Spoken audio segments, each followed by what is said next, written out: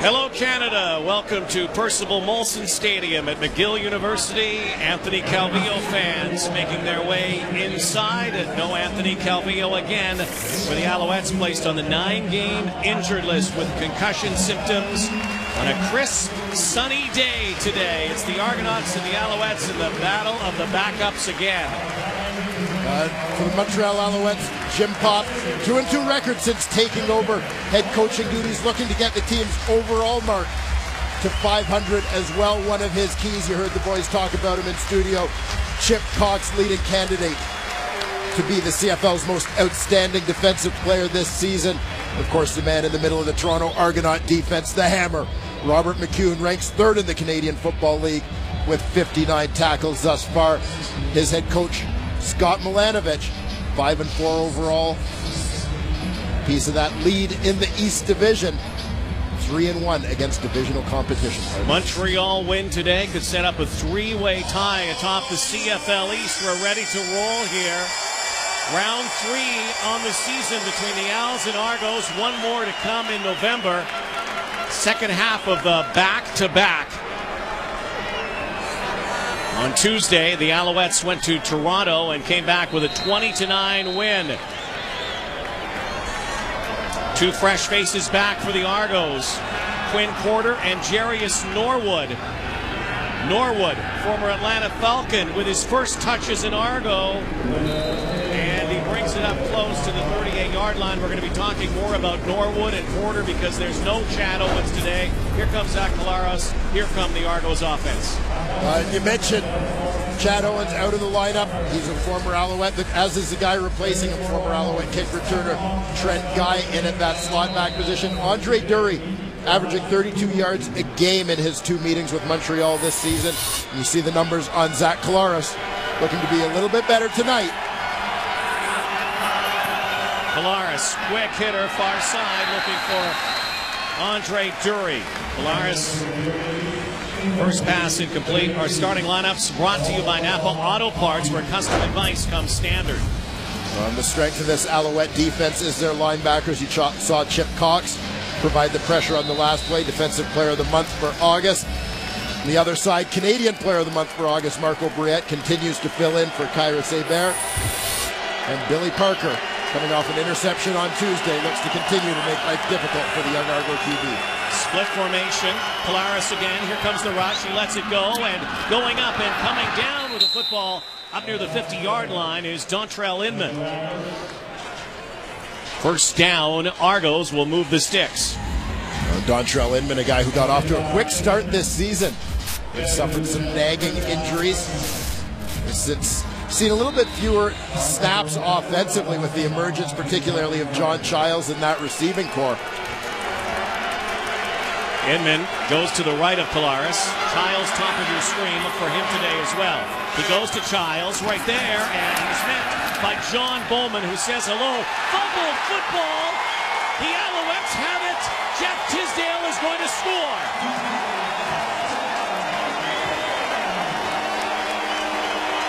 Wow.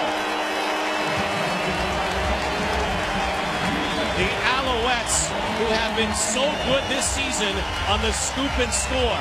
That's the 4th time a fumble recovery has gone for a touchdown. Give big credit here, Rod, to John Bowman, veteran defensive end, for his recognition on this play. Sees that blocking scheme, tackles trying to get outside, so he knows where the play is going. Gets in there, gets a hand in on John Childs to force that fumble. Take a look and see just when the ball comes out. Seems like just before Childs touches down. The Owls are off to the races, scoring play, so this will be reviewed regardless. They will review it. Again, 4th time the Alouettes have taken a fumble back for a touchdown this season. Last week, Zach Collaros on Tuesday saw Shea Emery pick a ball up, go to the end zone. That was the turning point of the ball game. Let's take a look at this one as Childs loses the football, stripped, and then Tisdale is off to the end zone. And as Childs is falling backwards, it appeared that the ball came out just before his hips landed on the turf. 4th career touchdown for Jeff Tisdale, who spent so many years in Hamilton and in Calgary as well. It means so much to these Montreal Alouettes to get off to a quick start, as even the games they've won this year, they've had to dig themselves out of holes to get the 2 points. Point after for Sean White. Alouettes score quickly. Their defense scores. Another fumble recovery and another touchdown for the Montreal Alouettes.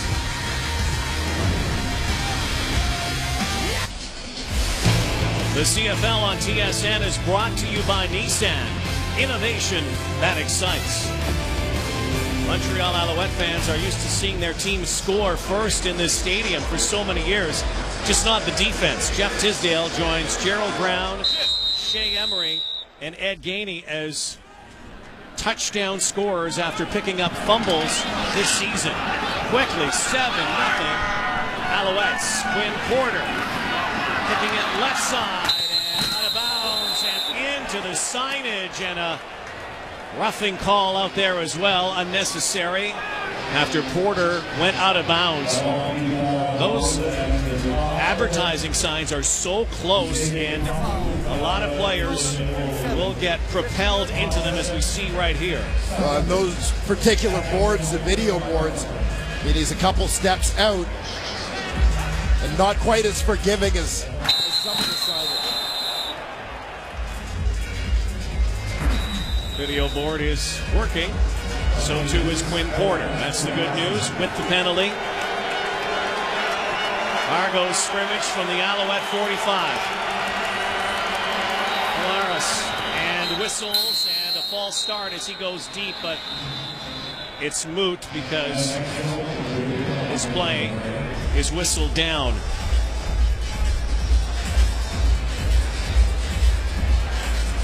Offside. Corner number 81. 5-yard penalty. Remains first down.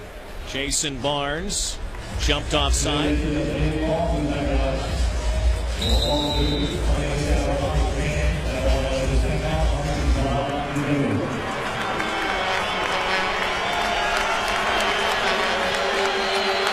First and 15 with the penalty. Backed up to the Montreal 50. Spread offense again. Another quick hitter. Polaris finds Andre Jury, and he has to lead forward up near the 45, so doesn't get close to that initial line of scrimmage. This is something that the Alouettes defensively, Rod, have done very well against the Toronto Argonauts. A lot of Toronto's offense typically goes through their slots. Dury and Chad Owens, who are great after the catch guys. When those guys are making those catches near the line of scrimmage, you need to be sure in their tackling. They've contained them through the meetings thus far this season. 2nd and 11. Far side, again, Andre Dury. He tries to swing past the Alouette defender. Chip Cox in on the tackle again. Cox has had a sensational season. Defensive player of the month. Andre Dury, some equipment alteration, very close to a first down. Andre Dury lines up as the inside slot, the number 3 receiver out to the field. Alouettes in his zone coverage. Billy Parker, first man up, gets hands on. He's not able to wrap up, but Chip Cox, the ever-present Sam linebacker, finishes things off. All-time leader in Montreal history in tackles, so long yard here for the Argos for 3rd down. Polaris is looking to the sideline, and he wanted to go.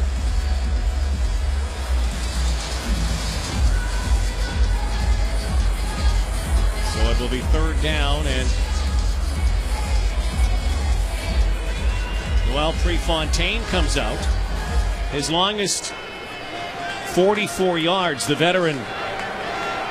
Argos elect not to go for it on 3rd. Go for the points here. Wind is pretty strong. Wind is strong going in this direction. Prefontaine, low kick though. Kind of shanked that. And out of the end zone, thinking about it, and now going backwards. Tyron Carrier, looking for an opening, eventually gives up the single point. So the Argos elect not to go for it on 3rd and a yard. Noel Prefontaine with the miss.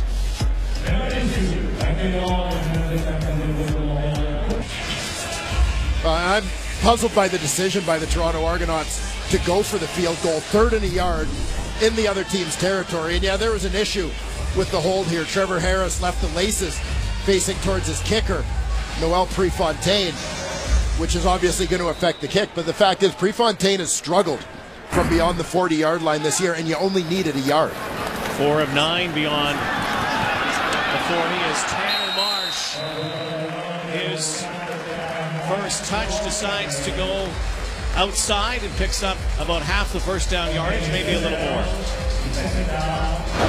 This Montreal offense, like Toronto's, missing some key starters. But here they're getting some of the people looking to fill in. Tanner Marsh, over 300 yards in each of his last 2 games. Jerome Messam, almost 100 yards from scrimmage as he replaced Brandon Whitaker last week during that game. Of course, S.J. Green, a monster game last week, 143 yards, his 4th time over 100 this season. Tanner Marsh, his 2nd start in the CFL. The pitch here, no Brandon Whitaker again on 2nd down, and Jerome Messam has nowhere to go. So the Argos defense holds here and forces a 3rd down. And the Alouettes end up getting a good pin from the outside from the fullback Patrick Lavoie, but the Argo defense does a good job flowing. When the end gets pinned inside, Marcus Ball, number 6, a Will linebacker, weak side linebacker, flows over the top to fill that outside gap and make the play.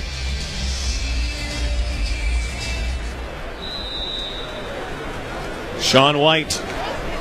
Alouettes lead the CFL in a category you don't want to lead in. Most punts right up there with Winnipeg. White's been busy. And again whistles. Alouette Trent Guy is back. He'll do the bulk of the punt return duties today with Chad Owens on the shelf.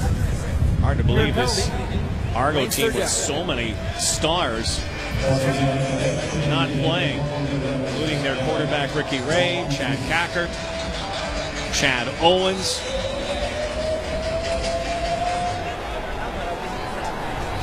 So they back this up, and again, this comes into a very stiff breeze.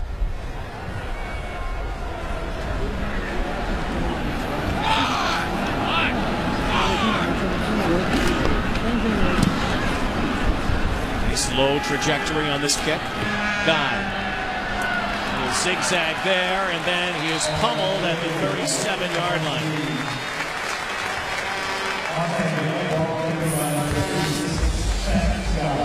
When you see the impact numerically to the loss of Ricky Ray in this Toronto Argonaut offense in his last 4.5 quarters before he was injured. You see the numbers. Argos not even reaching many of those numbers in 7.5 quarters since then. Here's Ricky. Been playing the best football of his career at the time of the injury. Say at the time of the shoulder injury, out to 6 weeks. Some feel he'll be back sooner. Argos hope so. Here's Jarius Norwood. His first carry out of the backfield. Scott Milanovich excited to see Jarius Norwood, but quite frankly has only watched him on film from his NFL days as Aaron Laverius tracks him down. Well, lots of opportunity for people to step up here in this Toronto Argonaut offense as a result of all the injuries. Jarius Norwood and Quinn Porter both expected to see some snaps at running back today. 2nd down and long again. Polaris flushed out. He is rocked. John Bowman again.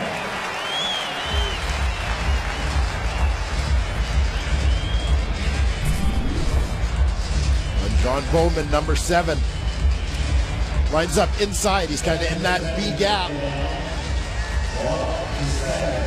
Just met Collaros as he tried to step up. Looked like Collaros was trying to take off more so than step up and throw the football in that instance. 5 sacks on the season, 65 career Alouette sacks.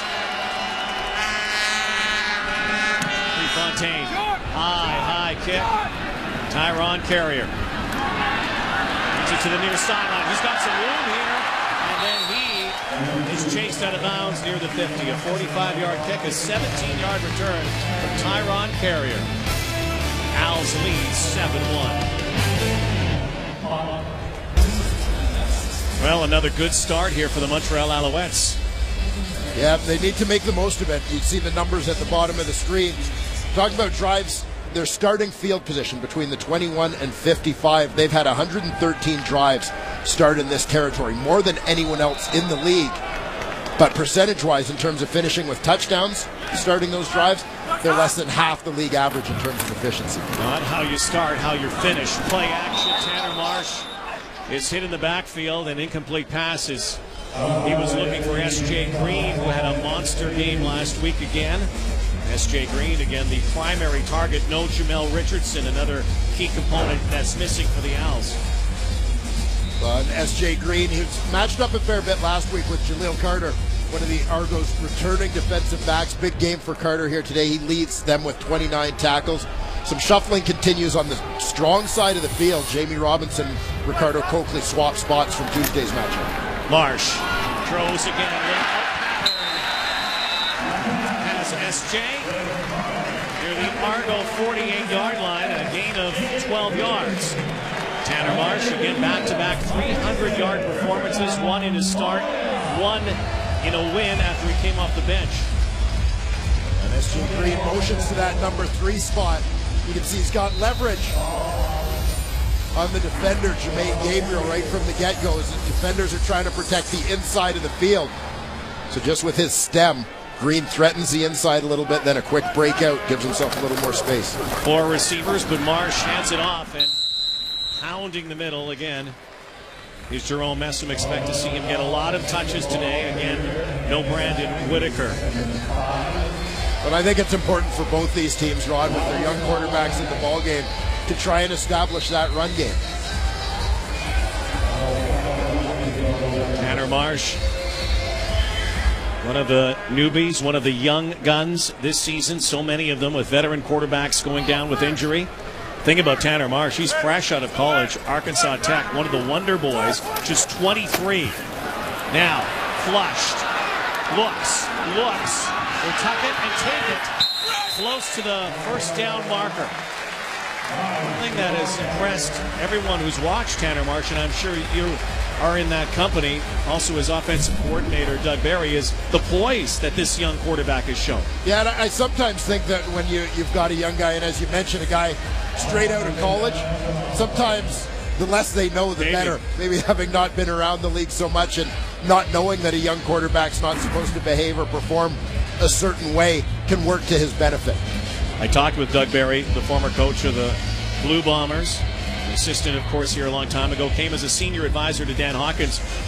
He said when Tanner Marsh was going to go into his first game, he looked at him and said, "Coach, can you run a quarterback sneak?" He said, "What?" He said, "Yeah, I just want to get hit. I just want to get hit." That's how we.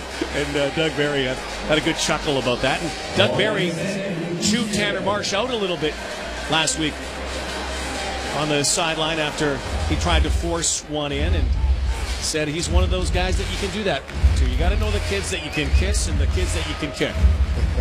Well, and it was a good moment to watch as we captured it on the bench, because you could see Barry went at him pretty hard, but at the end of it kind of gave him a tap on the leg like, "We're okay, good, let's go."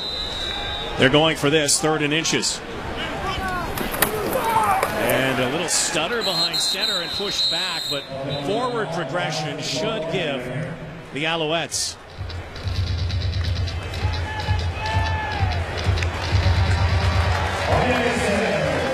nominated for 10 Emmy Awards. Steve Buscemi stars in the new season of HBO's Boardwalk Empire, premiering tonight at 9 Eastern on HBO Canada.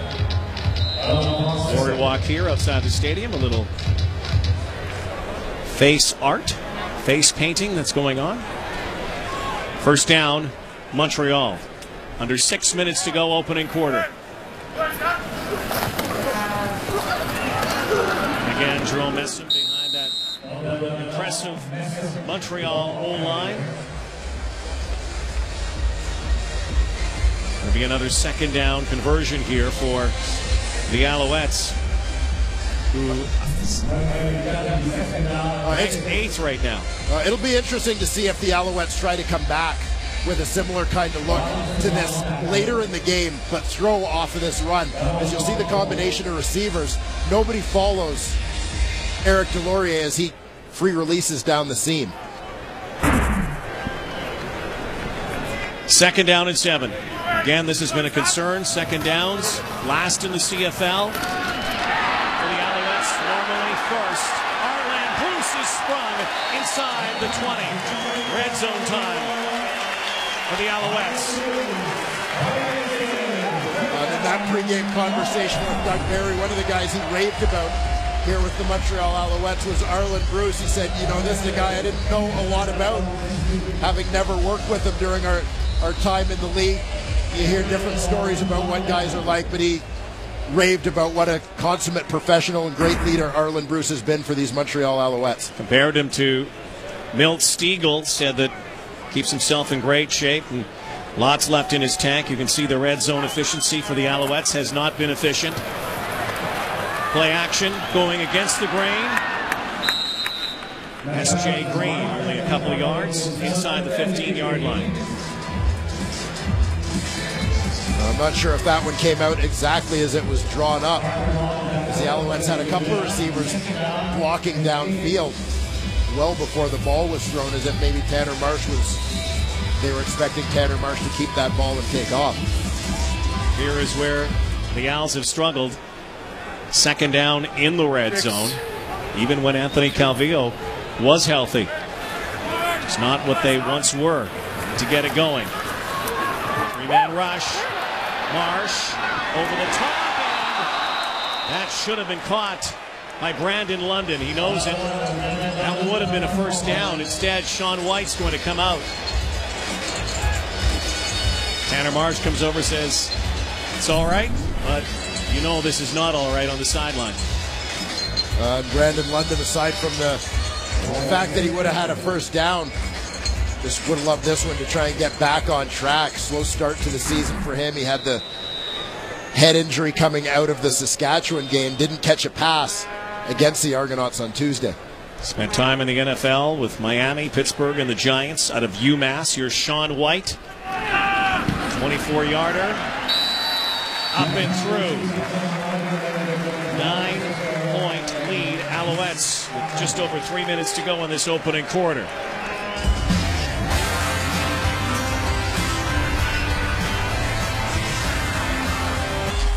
Jim Popp, of course, taking over from Dan Hawkins, who took over from Mark Trestman. Let's go to the sideline now and join John Lou. Well, thank you, Rod. 2.5 hours south by air in Chicago this afternoon. Mark Trestman is making his head coaching debut with the Chicago Bears. But here at Molson Stadium, just prior to kickoff, there was a video greeting on the big scoreboard here in which Mark Trestman thanked the Alouettes, their fans, and the city of Montreal for the success they enjoyed together and the opportunity all of them gave him. Now, the Alouettes and Trestman had spoken about doing a greeting of this sort just after Trestman got the job with the Bears. There was some thought as to doing the greeting around the Owls season opener, but that didn't happen. The next most appropriate time, the Bears debut today in Chicago. Guys? Yeah, John, pretty good debut so far. Bears up 7-0 over Cincinnati in the first quarter over on TSN 2. 10-1 right now, Jim Popp's Alouettes. Make no mistake, Jim Popp doesn't mind being on the sideline, but he would have much rather preferred that Mark Trestman stayed here, didn't have to do what he did and then take over from Dan Hawkins, but such is life. It takes its turns. And everyone in the CFL certainly wishing Mark Trestman the best in his foray in the National Football League as Dontrell Inman pulls in his second catch of the afternoon. Well, little question that Mark Trestman is a great ambassador, a great representative of the CFL and the level and quality of both players and coaches in this league. A guy who was a quarterback coach, and everybody in Chicago thinking that he could be a savior to Jay Cutler.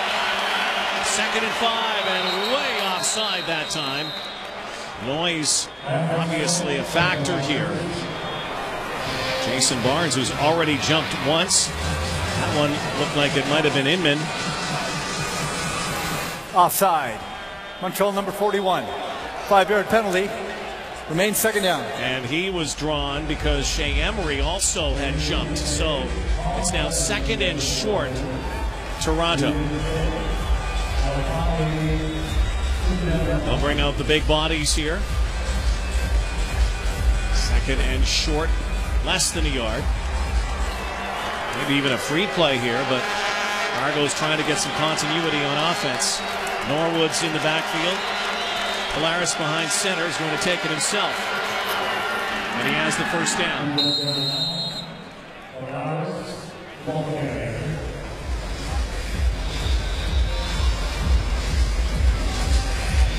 Scott Milanovich worked under Mark Trestman and for Jim Pop. Well, Scott Milanovich, in fact, the lone holdover on the Alouettes coaching staff from when Jim Pop was the head coach in 07 to when Mark Trestman came in 08. 90 seconds to go, first quarter. Left side now, and running room. Downhill runner, that's what they talk about when they talk about Jarius Norwood, and that was downhill all the way. When Norwood gets a couple of good blocks coming from the outside in. Argo's motion the receiver down. And Spencer Wong was one of the ones coming in looking for the crack block here. No, sorry, it's Dontrell Inman coming from outside of him to seal it up. Little counter play at the line, but the Alouettes were not fooled. Michael Clausen in on the impact. Former Calgary Dino and fourth-round pick of the Owls.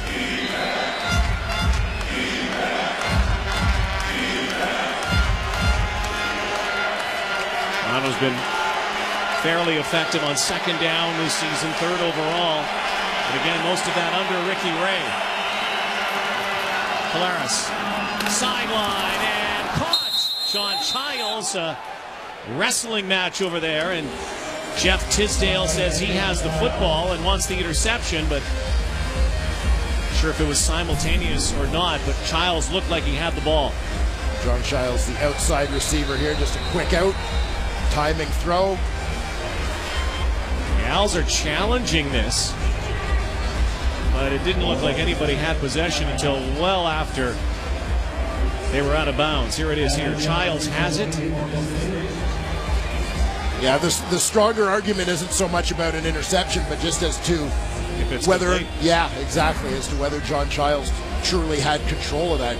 I think you could make a strong case here that nobody had control of that football when they stepped out of bounds. John Childs has had a couple of strong weeks. Former Texas Longhorn for the Argos.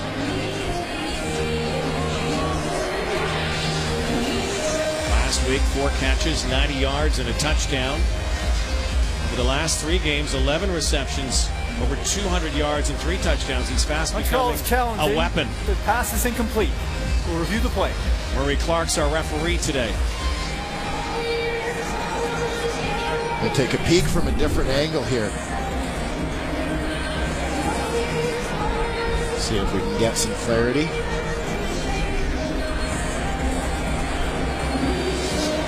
Again, the call on the field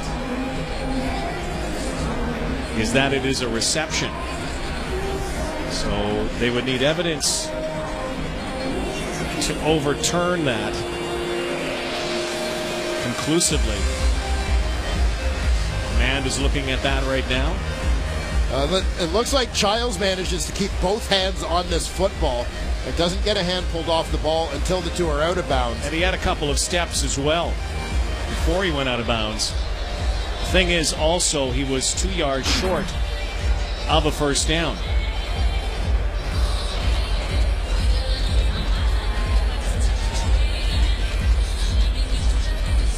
It's either going to be third and a couple yards, or if the call is overturned, it'll be third and about 7.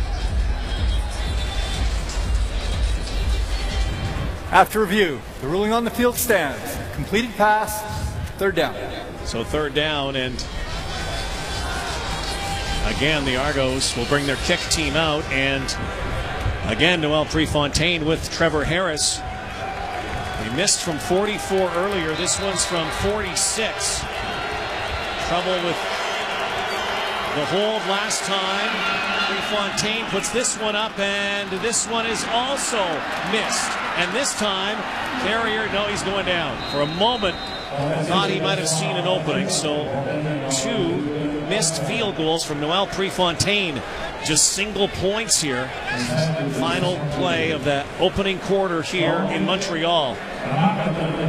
Alouettes scored early defensively, and that's been the difference. And a struggle so far for the Argos veteran kicker. 1 quarter complete here in Montreal. The Alouettes, Jeff Tisdale, fumble return touchdown, 10-2 over the Toronto Argonauts. Normally, we'd be sitting in Montreal and talking about the exploits of the all-time pro passing leader, Anthony Calvillo. He'd rather be playing too, but you're on the 9-game injured list. Yeah, it's been pretty crazy dealing with concussion. You know, I've had my share in the past, but this is the first time I've had more issues after the fact, so that's what I'm dealing with right now. I was going to ask you how you're feeling right now, and is there any hope at all that you may be on the field before this 9-game? They do have an option to bring you off at some point. Well, that's what we're hoping for. I know I am. You know, you don't know, you know, how long it's going to take, and I'm being very patient with this, and I'm not going to rush back. Especially where I'm at in my career right now. I want to make sure that I'm totally up to getting out there and getting hit again. But right now, you know, I just want to continue to go out there and try to just help our team win. Here is Tanner Marsh, AC's replacement, down the sideline. Good toss.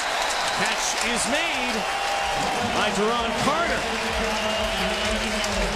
Son of Chris Carter, the Pro Football Hall of Famer, who's not here today because he's working on television like Anthony Calvillo is right now. Evaluate your understudy here who's thrust into the starting role.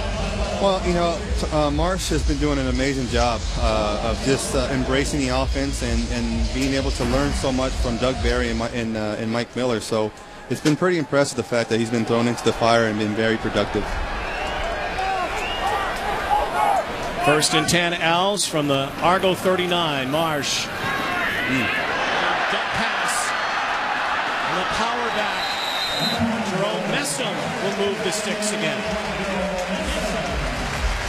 Anthony, do you see a big change in terms of the plays that are being called with the young guy in there versus the stuff you're usually running?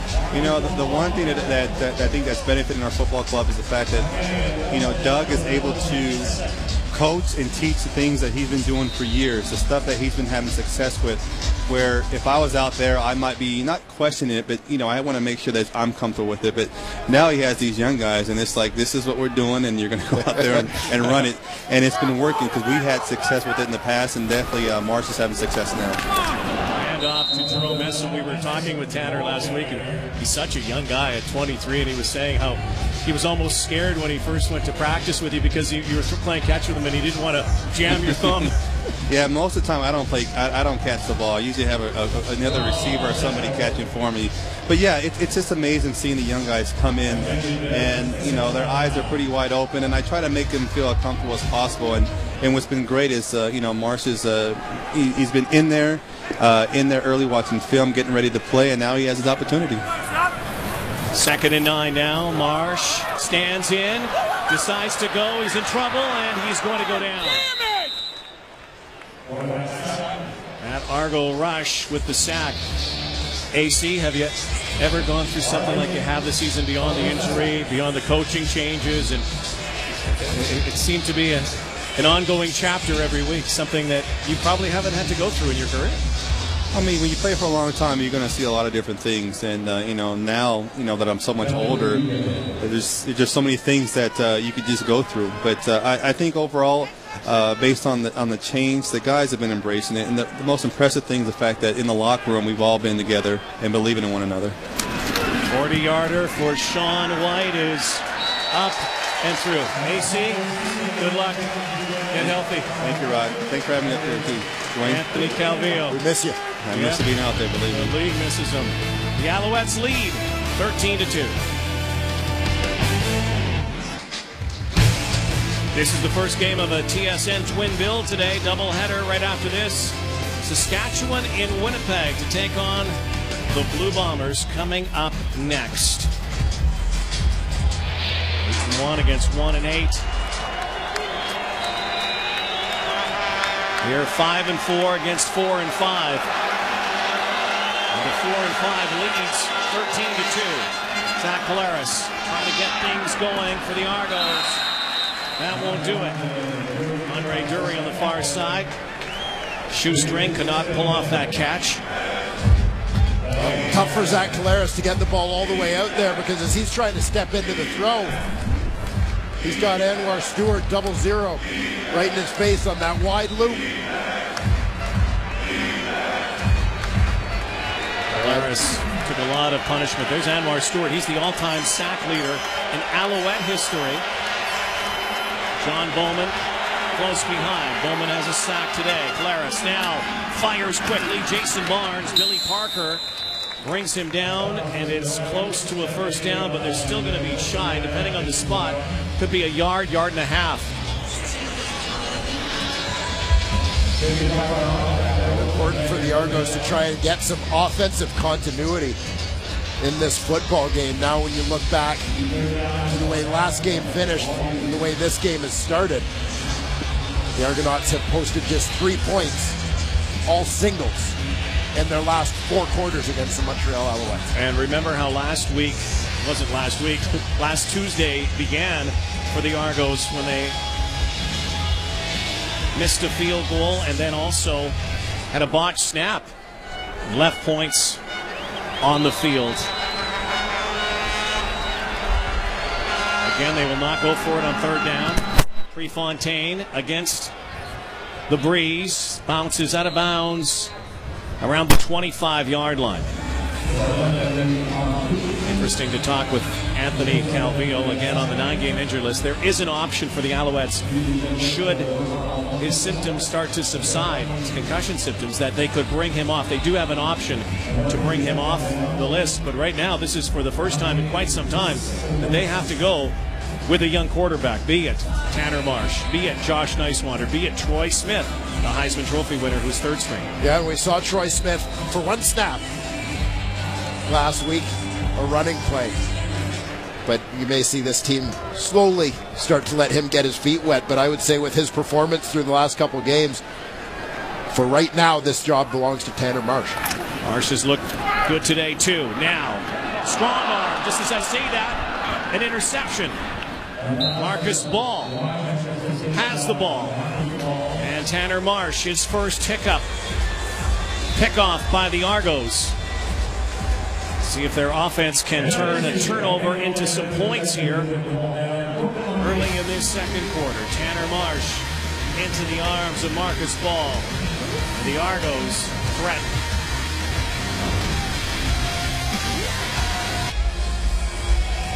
This is a great job by Marcus Ball as he ends up shadowing the route being run by the slot back, Arlen Bruce here. It's his zone coverage, but he lets Bruce wrap around him, but he knows. Following Bruce, following the quarterback's eyes to that inside route, and you wonder if maybe a pregame conversation with his own quarterback, Ricky Ray, involved a little bit of teaching about playing just those kinds of situations. That's good intel from another future Hall of Famer, Ricky Ray, and Anthony Calvillo. Almost 500 games between them on the sidelines. Collaros throws it to the sidelines, and this is a staple in the Toronto Argonauts playbook. What they're trying to do here is get Andre Dury out to the flat. But again, the Alouettes, as I said earlier, they've done a good job taking Andre Dury out. You're going to see Dury come in motion across the formation. He's trying to get to the flat. Great job there by Aaron Laverius. Recognizes him coming, takes him on, throws off the timing of the play completely and forces the throw away. Marcus Brady, the former backup in Montreal, a quarterback here. Second down again. Here's the rush. Collaros stands in and goes deep, but an overthrow and Jeff Tisdale, man of the hour right now. Fumble return, touchdown, interception to take away a touchdown. And it becomes a panic throw here by Zach Collaros. As the Argonauts managed to get things picked up pretty well and allow him to step up, you're going to see the running back, Jarius Norwood, step across. He picks up the blitz, so he's got time, but just feeling that pressure a little bit. Collaros lets that one get away from him. It sails. Jeff Tisdale benefits on the overthrow. These two teams with these young quarterbacks, Collaros and Marsh, already 3 turnovers. We had a turnover-ridden game on Tuesday as well, and you might expect that given the experience or inexperience in this game from the pivots. So already a couple of key plays and turnovers, and that one for the Argos, they just have stalled offensively. There were 7 turnovers on Tuesday between the two sides. Yeah, and you said it, Rod. You have to understand that when you've got young quarterbacks in the ballgame, it's going to be a little bit sloppy. They're going to make mistakes that Anthony Calvillo and Ricky Ray aren't going to make. That's just a function of experience. The fact is, it's going to be up to the defenses, and right now, specifically the Toronto Argonaut defense and special teams, help pick up the slack for their offense a bit. Marsh now. Lots of protection, and he decides to drill it to the turf. Wise move. Well, their first meeting, the Argos won here in Montreal. The Alouettes coughed the football up 5 times, but a lot of those turnovers were on punt returns. Well, Devine coughed it up a couple of times. Different game here and different set of circumstances as we saw again on Tuesday. Rayless, Calvillo-less. One of the things you do see, though, Rod, and we just talked about the mistakes from the young quarterbacks, but we've also seen both of them within the last series know when to throw footballs away rather than risk taking a sack, and you got to appreciate the decision making. Trent Guy comes forward. Well, he handled that ball in the air like a receiver. Stopped in his tracks right on the midfield stripe, the 55-yard line. And Bear Woods, the backup linebacker, getting a shot on special teams. A guy who's been around the Alouettes the last couple of years, whether on practice roster or the injured list, with a couple of injuries, particularly in their receiving core, and needing some of that depth on special teams. Immediately goes into the top 10 of the great names in Canadian Football League history, and there have been great ones. Great ones. Bear Woods played at Troy. Argos get it back again. This battle of field position. Collaros smothered. Safety blitz. Mike Edom with the jolt. Well, to give you an idea of the mentality of Noel Thorpe's Montreal Alouette defense, Mike Edom, that's his 3rd sack of the season, the rookie free safety. You saw how the Alouettes loaded up the line of scrimmage. They were bringing everything.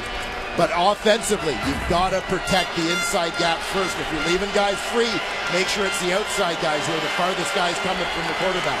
What a great freshman year for Mike Edom. Here's the rush again. Collaros, and down he goes one more time. And Zach Collaros is under siege.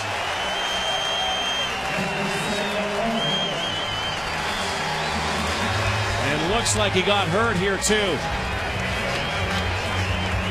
Well, Marco Briette was the first man to get through and get hands on the Argo quarterback.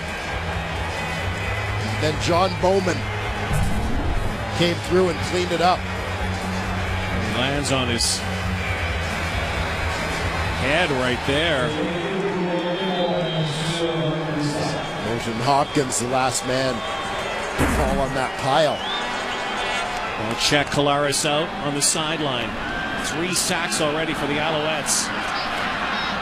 Tyron Carrier is dropped at the 43. 11-point game here. Turnovers aplenty and also a number of sacks. Zach takes the sack here. 13-2 Montreal. John Bowman has joined his teammate out of retirement now, Anwar Stewart. Maybe Anwar came back because he wanted that all-time Alouette sack record. Anwar Stewart has 70 career. He had sacks elsewhere, but John Bowman joins him for sacks in a Montreal uniform, much to the chagrin of Zach Collaros.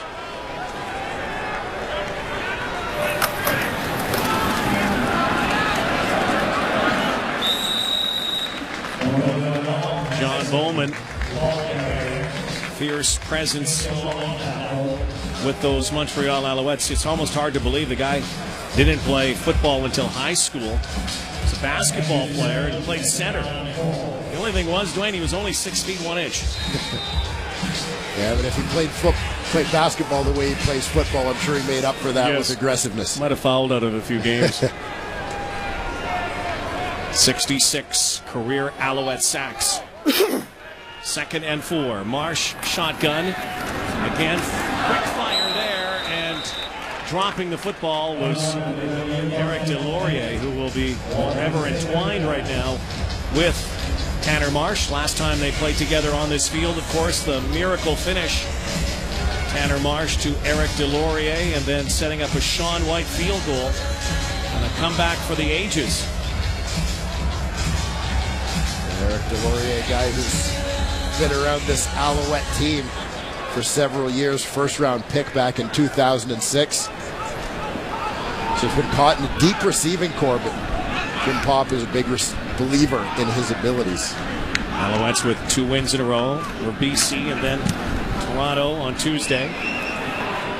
Trent Guy again, trying to follow a couple blocks. And at the 20, driven to the turf, Jared Zaleski. Calgary Dino bringing him down.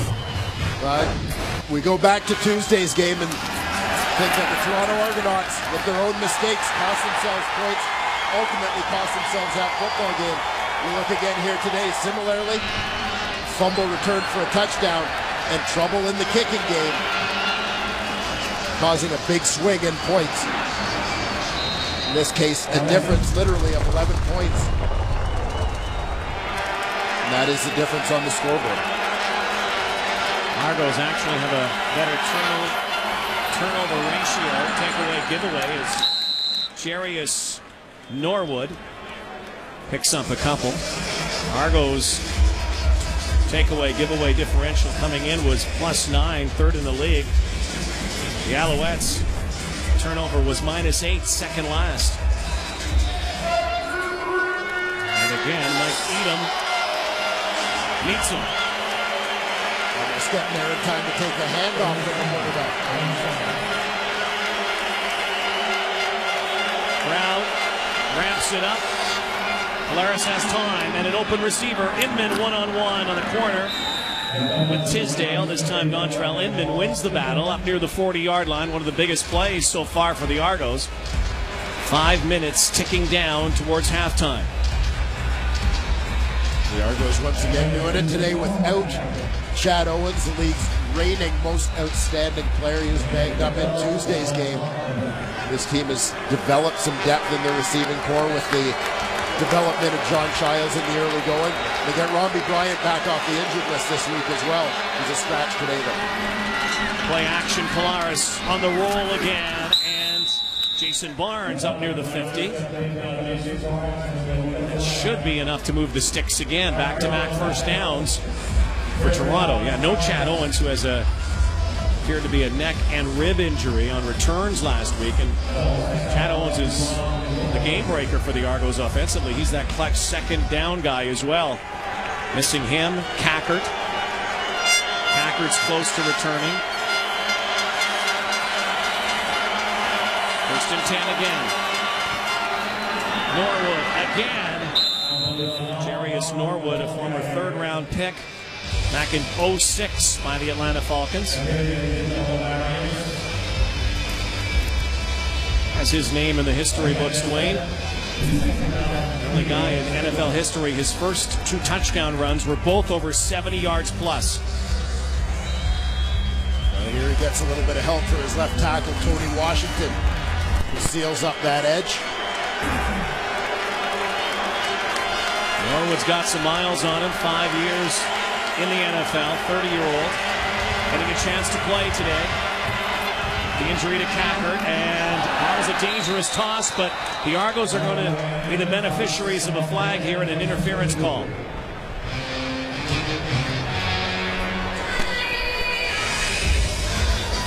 And we'll look back and see at exactly what point The interference occurred. Prior to the Inman's pass the number being 3 thrown, receiver. illegal contact on the receiver. Montreal number 17. 10-yard penalty. First down. Billy Parker on Jason Barnes. That's not the one there. Yeah, away from the football. Billy Parker tried to get that jam on Barnes. Lost him and ended up having to grab him and try and slow him up down the seam. Clock draining down, close to the 3-minute warning before halftime.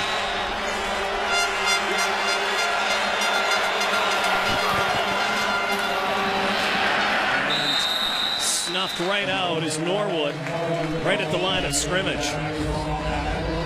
Aaron Laverius, the man in on the play, and we talk about some of the underrated guys in the Canadian Football League. This is a name that I think we need to add to the list, as he's made a number of plays from his defensive end spot since taking over there on a full-time basis. The 3-minute warning hits the sidelines. We'll take a break and come back to Molson Stadium in Montreal.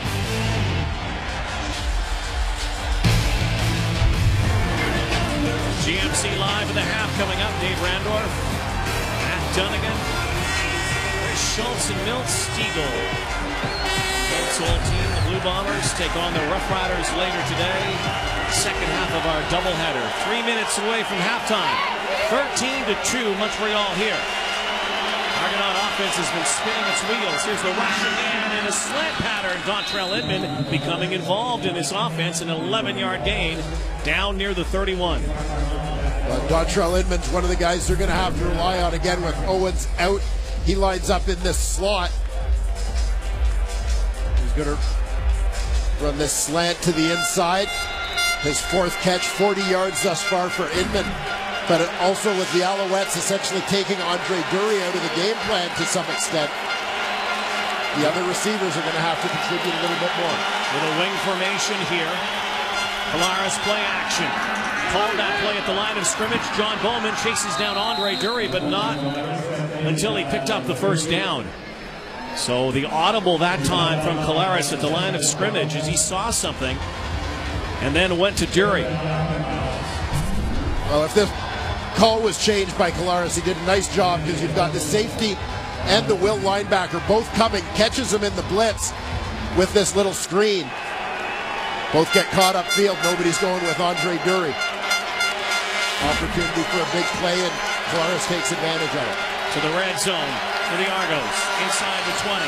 Rush again. They continue to load up the box and come at Polaris. Zach Polaris has been talking about this week. Some of his mistakes on Tuesday may be attributed to happy feet and sometimes overreading or reading too quickly, but also not taking the proper shuffle back or his feet moving too quickly at times. He says he wants to slow it down. One of the big things for Zach Polaris, as Montreal and Noel Thorpe, you see them trying to put all kinds of pressure on him. You want to get a pressure defense out of that, you got to make plays against it. That's what he started to do on this drive. Polaris looking to his left, going end zone, and unable to come back for the football, and Polaris is dumped again. He's seeing a lot of the former Dino Mike Edom. He was looking for John Childs. Childs was looking for a call. On second down and 4, it's now 3rd and 4, so again, the best the Argos are going to do here is a field goal attempt. You'll see at times when the free safety Mike Edom blitzes, oftentimes it'll be with a linebacker, Chip Cox, dropping back to cover the middle. But in this case, this is straight zero. They take the safety out of the middle. There's no help over the top. You got man coverage. That's where Polaris is trying to make that play down the middle of the field to Dontrell Inman, but just unable to connect on the play.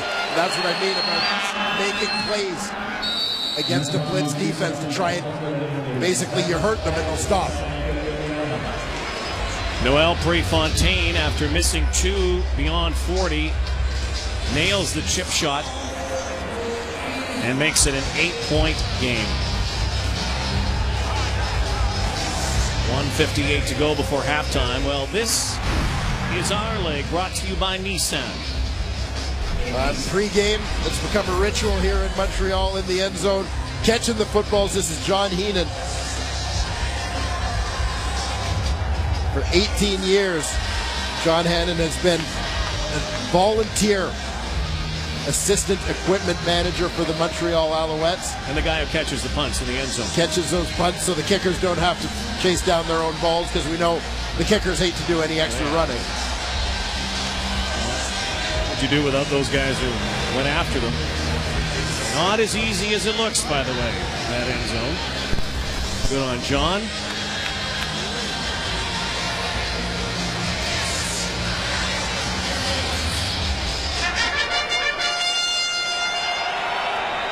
Tyrone Carrier. Well, Prefontaine kicks it into the wind. Terrell Sutton has it. Sutton's first touch of the afternoon. 2 returners back that time. So Sutton comes on to the roster this week as well, and he'll get some playing time on the return. So Tanner Marsh, you can run your 2-minute offense. We'll see what teaching points Anthony Calvillo might have had for him on this one. Of course, Doug Barry, who's worked very closely with the young man in recent weeks. And particularly in the absence of Anthony Calvillo, AC would be such a great resource for a young QB to have over there, but he hasn't been around the team a lot as he's trying to recover from this concussion. Marsh. And another ball that was potentially catchable to Ron Carter. You know, in many ways, Dwayne, and there are whispers out there, let's face it, that, you know, could it be the end for Anthony Calvillo's career? And you never know at 41. Might he intend on stepping away from the game? One thing for AC, if it has anything to do with his decision, he's healthy, he's not going that way. But this is the changing of an era in so many ways in Montreal at quarterback. Getting a hint of it. Marsh again. Messam can't bring that in. That ball a tad behind him, but still 2 drop passes, 2 and out. And the audition continues certainly for Tanner Marsh. And for the Montreal Alouettes, you look across this East Division, it's a wide open situation. And so right now Marsh is playing as Marsh is the guy that they feel gives them the best opportunity. But the fact is, yeah, at 41 years old, you do have to think long term and big picture and evaluating who you think is going to be the next Alouette quarterback. Sean White, wobbly kick.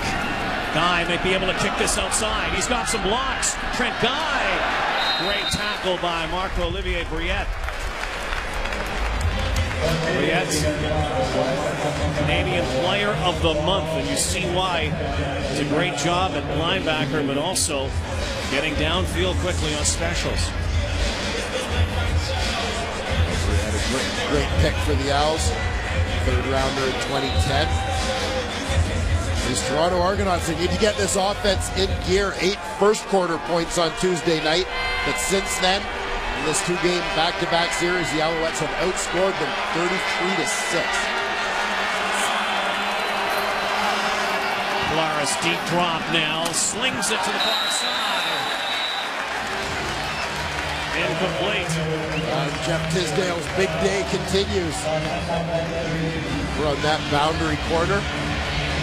Claris got hit again as he delivered that football. Childs, the single receiver out to the boundary. That was all Tisdale, you're right. Great coverage. Big down here. Montreal could get it back again before halftime. 4 receivers, and one of those receivers just jumped offside. It looks like it might have been Inman on the inside of the wide side of the field. It's 2 or 3 occasions now the Argo receivers have been a couple of yards ahead of the snap. Argos actually pride themselves in their discipline this season. They are the best team in the CFL when it comes to penalties. They've only taken 74.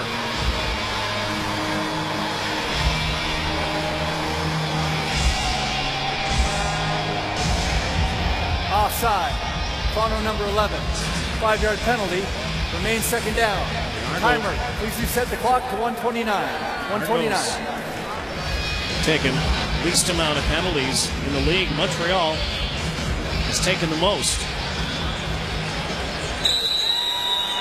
2nd and 15 now.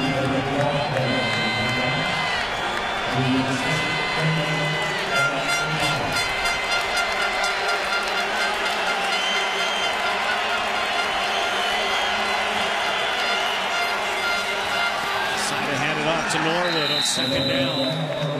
Clock runs down to 125, so indeed the Alouettes will get another crack here. Well, decent play call for the Toronto Argonauts going with that draw as they had the Alouettes again in a safety blitz.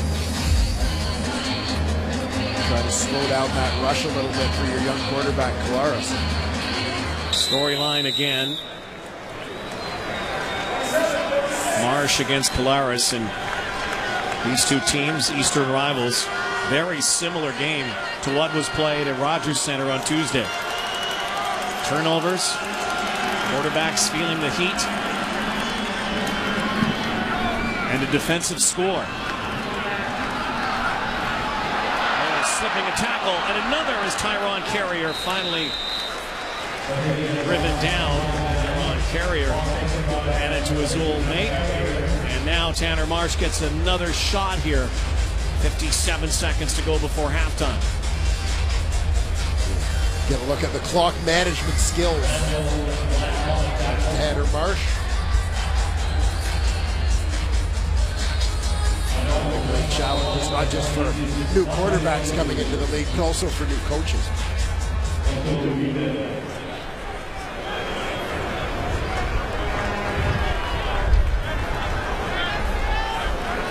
Motion for Marsh here.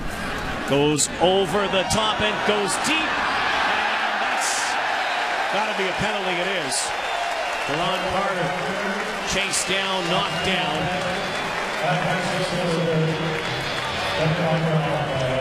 And a hurt on the play was Patrick Watkins. Looks like he got tangled up down there. An interference call against the Argos. Again, single receiver out to that side. And Deron Carter, son of NFL Football Hall of Famer Chris Carter. And believe me, this young man. Number 25. Ball spotted at the point of the foul. First down. He soaked up lots of dad's teaching, inherited lots of his father's natural ability. He ends up in the Canadian Football League because basically after playing as a true freshman at Ohio State University, bounced around between 3 different schools, never really played the game, was part of 3 different programs, so just hasn't played a lot of football since that freshman season at Ohio State. But this is a guy that Jim Pop raves about in terms of what his upside is, what just his natural talents are. You think in that ESPN studio today, Chris Carter has got all those banks of monitors watching games, but there's one bank reserved for watching Deron. He was in Toronto on Tuesday watching his son play. And there's the young man working against an experienced player in Pat Watkins, one of the better corners in the league. Good release off the line. Watkins looks like he's okay. Carter goes back to that top of the screen left of Tanner Marsh. Marsh now dodges a would-be tackler, and not this time though. In pursuit, they come back and get him. And it was Jermaine Gabriel. Came after Tanner Marsh, missed him at first, got him the second time around. Jermaine Gabriel, number 5, second-round pick for the Toronto Argonauts. Former Bishop student, played last season with the Calgary Colts. In on the play, and he'll likely be one of the guys who gets some extra snaps here with Pat Watkins on the sidelines for a few minutes. 2nd and long, a tip drill. Carter was able to get it, but just back to the initial line of scrimmage. So that will set up 3rd down, and Sean White will return to the field. 23 seconds to go before halftime. You know, this is a peek into the future in so many ways, seeing a lot of these young players within a week, Montreal and Toronto. But make no mistake, come playoff time, both of these teams would dearly love to be healthy and have their A teams against their A teams, which would include Ricky Ray and Anthony Calvillo and Owens, Brandon Whitaker. Short-staffed both sides. White right through. Time for one more play here. Sean White remains perfect on the season inside the 40-yard line. High percentage as always, the native of White Rock, BC. Apprenticed with the BC Lions, of course. Paul McCallum was hurt, made his way to Montreal. High percentage kicker. The biggest guy in the world, but a strong foot. The White Knight. So final play here. A game that has been remarkably similar to Tuesday's. Defense is dominating so far. And the big defensive play early in the ball game. Jeff Tisdale for a touchdown on a fumble. We'll see what's in store in the second half. 16-5, hometown Montreal. Dave? We prepare for the second half here under sunny skies. Crisp September Sunday in Montreal. Alouettes leading 16-5, and Zach Collaros and the Toronto Argonauts have seen a lot of Montreal jerseys. Yeah, as you heard Chris Schultz talk about at halftime, the Alouettes have loaded up the box. They're sending all kinds of pressure at the young quarterback. Obviously, it's designed to affect his decision-making, to affect his accuracy, and it has had exactly the desired impact so far in this football game. 3 sacks and a lot of hurries and rushes, and the Alouettes taking it to the Argos, but the Argos also doing it to themselves. They just have not been able to score the football. They're struggling to find any consistency. That you had a drive earlier on where Collaros seemed to find a little bit of rhythm. They moved the ball a couple times, but the field goals they've attempted have been long range, and field goal kicking hasn't been the Argos' strength this season. Swayze Waters, by the way, is set to return soon, getting healthy for the Argos. 1 for 3 in the first. And a bobbled return that time by Jarius Norwood. So the Argos bring their offense out and will scrimmage their first series in the third quarter from near the 27-yard line. Zach Collaros, a respectable 12 of 17, 104 yards. But an interception in that first half. Dontrell Inman, the leading receiver, as he gets more involved. Not much of a running game for the Toronto Argonauts through the first 30 minutes, however. Play action, 3 receivers, and a little in pattern. Curl route for Dontrell Inman. First pass out of the locker room for Zach Collaros is complete. The gain of 17. Collaros and Inman certainly appear to be on the same page here today, but again, looking for some of the other receivers to get a little bit more involved and pick up the slack in this ballgame. 25-year-old Zach Collaros, Cincinnati Bearcat. Here's the rush again, picked up nicely by Norwood, but only for a moment. And once again, Mike Edom right in on it. So too Marc-Olivier Brouillette.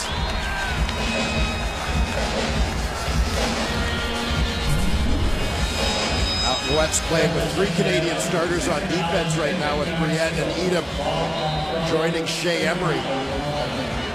Quite an impact trio those 3 have been this season. Another second and long situation for Collaros. Again, they load the box up and bring blitz. Collaros off the wrong foot. Awkward toss. Down he went again as he threw the football. Another incomplete pass.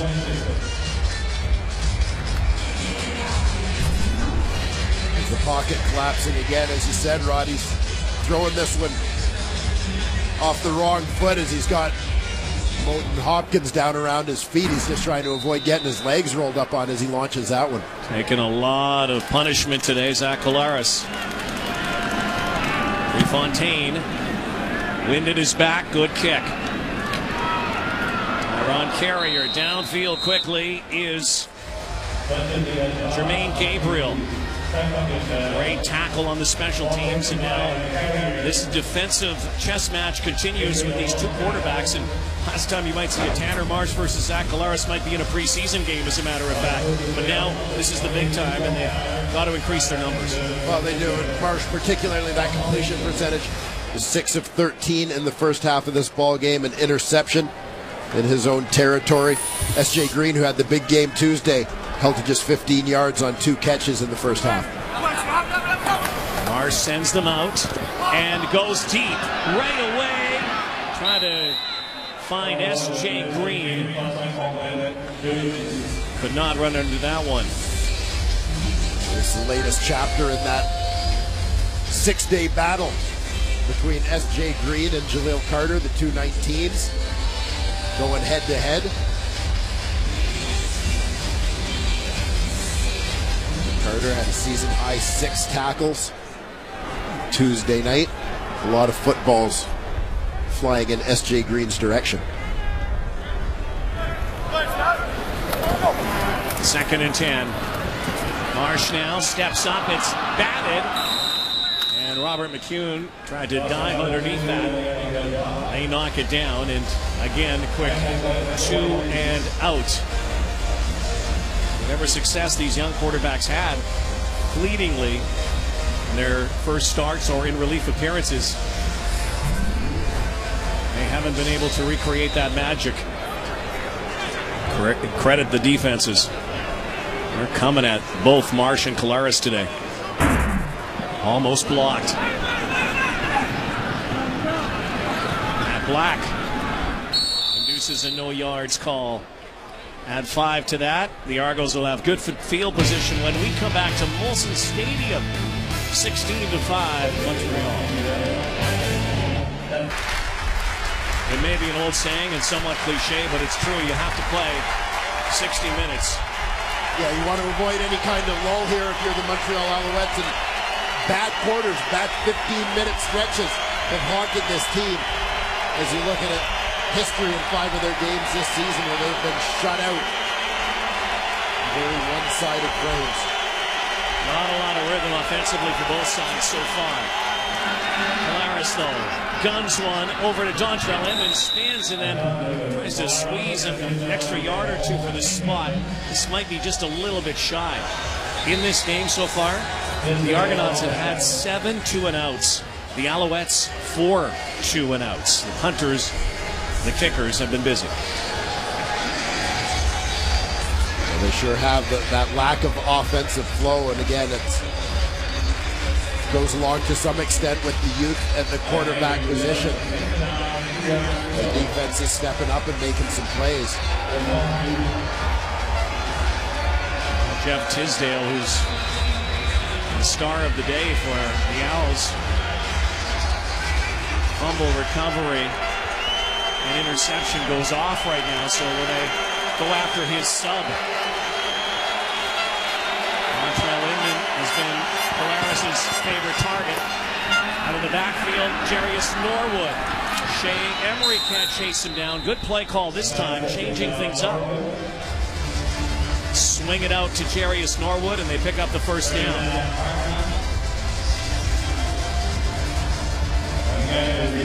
Away from where the play is going on this one, there's a good bit of what I would call heads-up football here.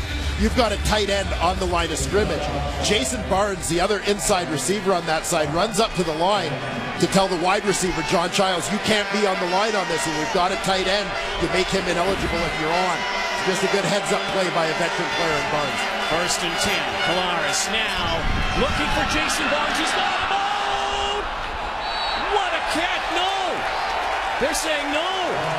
That looked like he grabbed the football and he had a touchdown, but there's no argument from Barnes. Incomplete. What an effort from Jason Barnes. Looked for a moment as he had the highlight reel catch. Barnes has been money in this territory in recent weeks, but no. You saw him land on the ground, and as he rolled over, you saw that he didn't have the ball secured. an indication that he didn't survive that landing. Zach Collaros went for the kill there. Now a second down. Looking to move the sticks again. Look out. There's the toss and almost another pick. And again, Collaros makes another bolt here. And once again, well, Prefontaine has to come out. And the Argos continuously stall when they get close to the 30, the 20. This is going to come back to haunt them. Well, Zach Collaros is seeing a whole lot of Mike Edom, who arrives at the quarterback just as he throws this football. And that takes him off the mark in terms of his accuracy. I mean, everybody thinks about pressuring the quarterback in terms of getting sacks. It's not just about getting sacks. It's about forcing him into making mistakes and affecting the accuracy of his throws when you hurry him. 36-yarder. Prefontaine has missed 2 today, but has also now made 2. Cuts the lead in half. Argos still trying to find the first touchdown. Thought they might have had one here. Jason Barnes can't hang on. 16-8 Montreal. Now the NFL is back. First Sunday of the season today. Sunday Night Football tonight. New York Giants. Eli Manning, Tony Romo, and the Dallas Cowboys tonight. 7 Eastern, 4 Pacific on TSN. Big day for football on TSN. We have the Saskatchewan-Winnipeg game after this one. 16-8 right now. The Alouettes leading. 10.5 to go, third quarter. The Alouettes, with a win today, would create a 3-way tie in the CFL East. Not too long ago, we were talking about the Argos cruising in first place. Setting the stage for a great second half, but I think in the eyes of many, the picture in the East changed, particularly when Ricky Ray got hurt the season that he was having.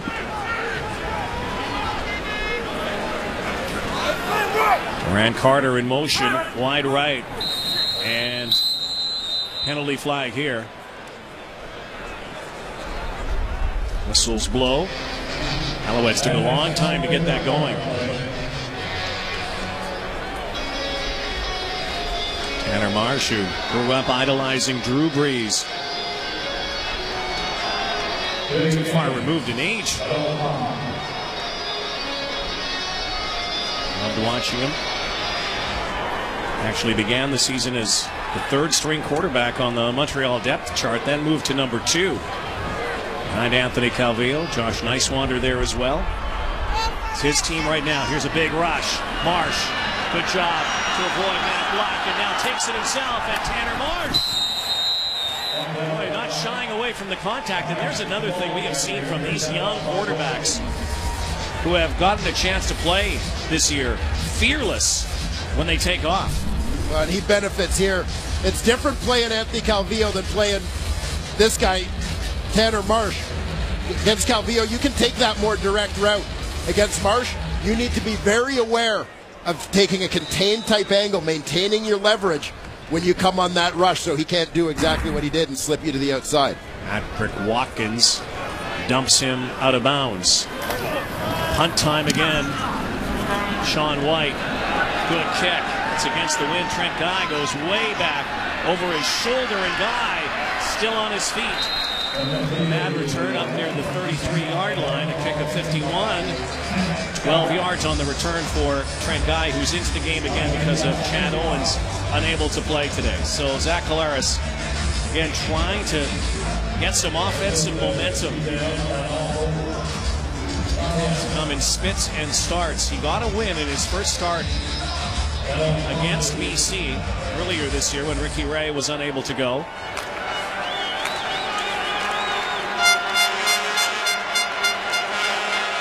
Struggled somewhat Tuesday night, his second start. His team's still very much in it in this game.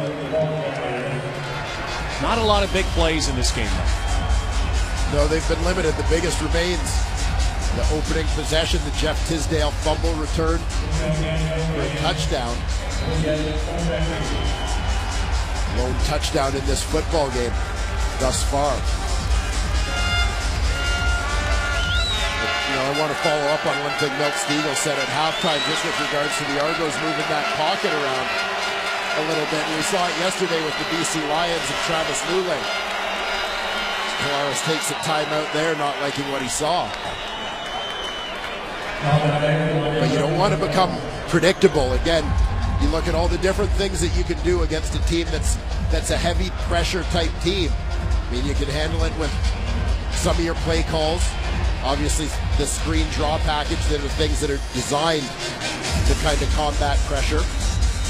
We talked in the first half about just the need to make plays against the Alouettes and force them out of it. But also, you don't want to just be sitting in the pocket where there's a constant aiming point. We saw Tanner Marsh moments ago.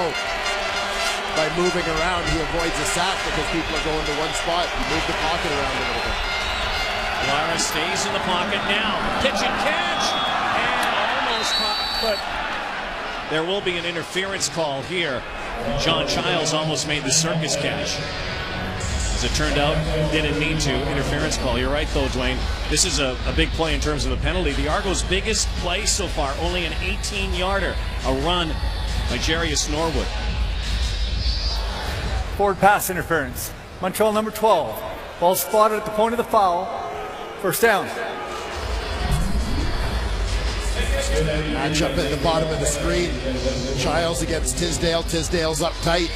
They swim to the inside, gets Childs in behind.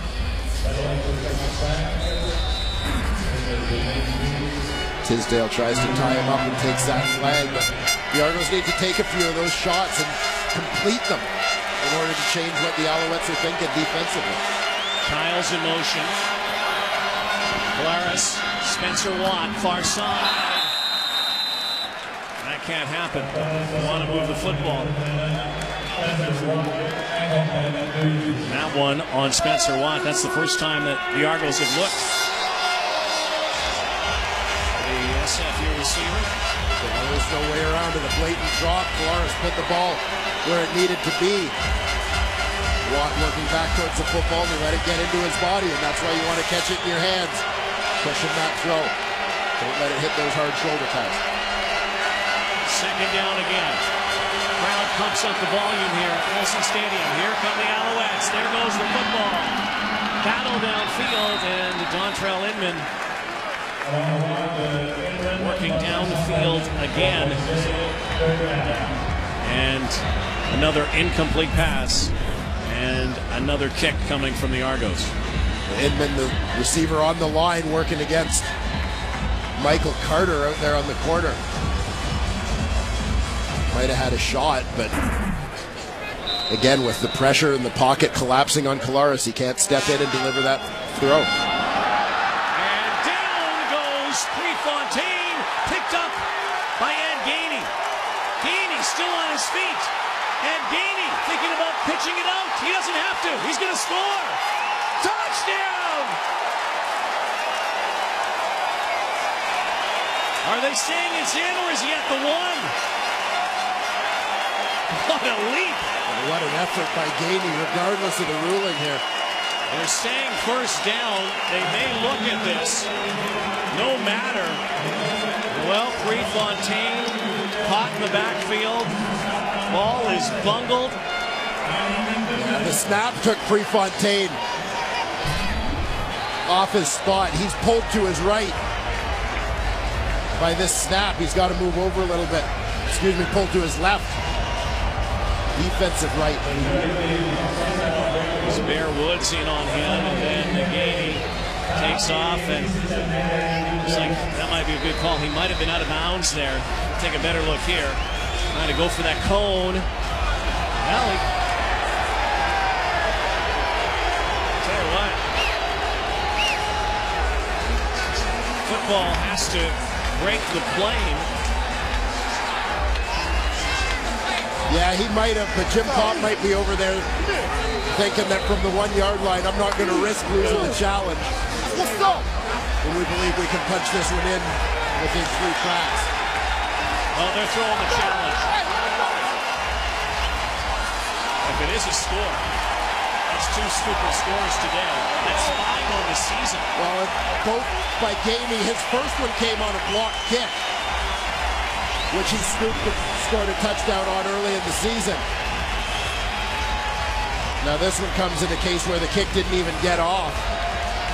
Bear Woods forces the Prefontaine fumble. This might be our best angle. Keep an eye on that football. Just for the effort, you'd have to think. Look at that leap going forward.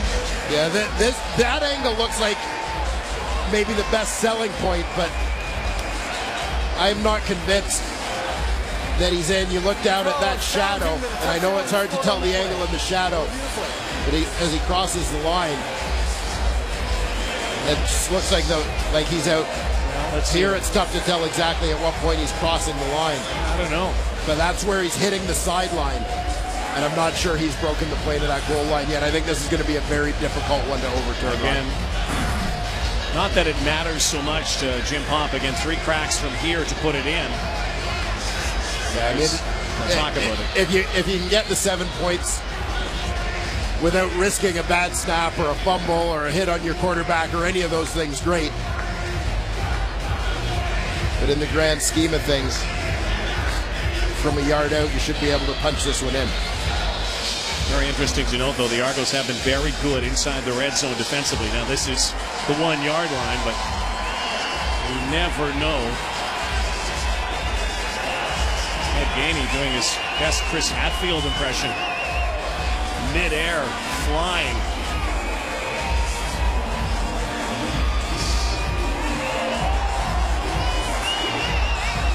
So, trouble for the Toronto Argonauts today, protecting the football.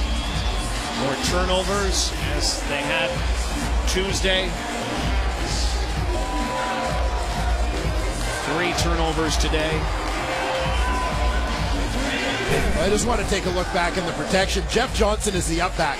He's looking at Bear Woods, and he thinks he's got position on Bear Woods, but he loses him because Johnson can't see that Prefontaine has moved to his left, whereas Woods can see him. Johnson thinks he's got his body between the rusher and the launch point of the kick. I mean, as a blocker, and I've been in the situation, as a blocker, there's absolutely nothing you can do when at the last second the defensive player gets that advantage of being able to see where the kicker has moved to. Jeff Johnson, who did not play Tuesday, back in the lineup. Ed Gainey wants the touchdown, so we're going to get the verdict here. And it was a long review, mostly because same thing that you had issues with. Very difficult to determine in midair where Ed Gainey was, but we're going to get the final answer. After review, the ruling on the field stands. The ball carrier did not break the plane. It's a first down. Montreal will be charged with the first timeout. That would have been his 2nd touchdown of the season.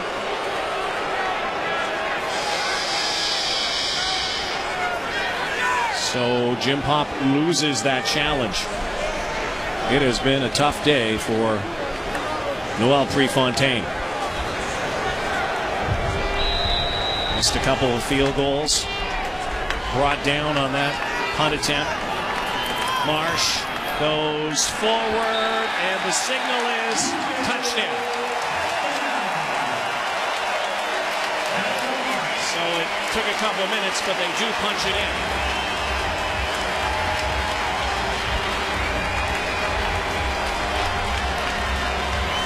The offense gets the points. Special teams. Bear Woods and Ed Gainey, they're designated imports on this roster, set the table.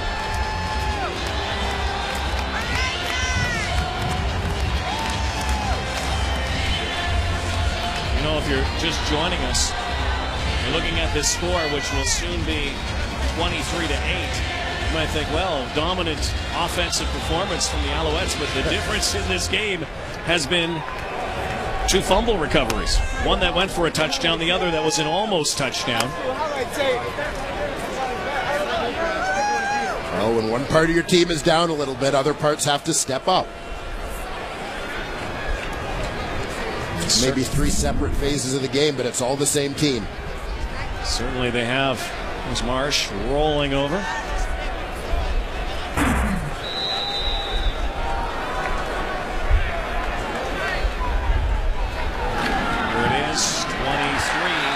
to 8. A tough day for the Argos. No Argo bouncers. Another turnover. And Gainey down to the 1. Tanner Marsh takes it in. Tanner Marsh plunges in for his second major score of the season. Right now the spread is 15. 14 points by the Alouettes scored off of Argo turnovers. The difference.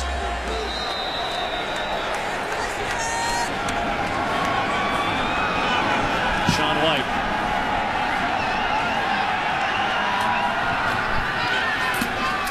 There he is again. Norwood takes a lick. Big hit on that return. Well, the Alouettes put up a big touchdown, but it's the result, again, of a series of Argo miscues. A Spencer Watt drop. They allow pressure on Collaros, forcing him to throw that ball away. And on third down, an off-target snap eventually leads to a Noel Prefontaine fumble. Ed Gainey scoops it up and sets the table for his offense to punch it in from the 1.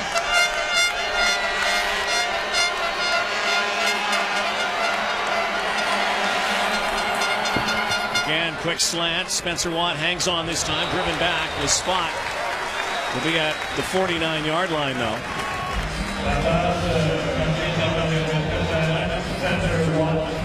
You're just seeing the Alouettes defensively.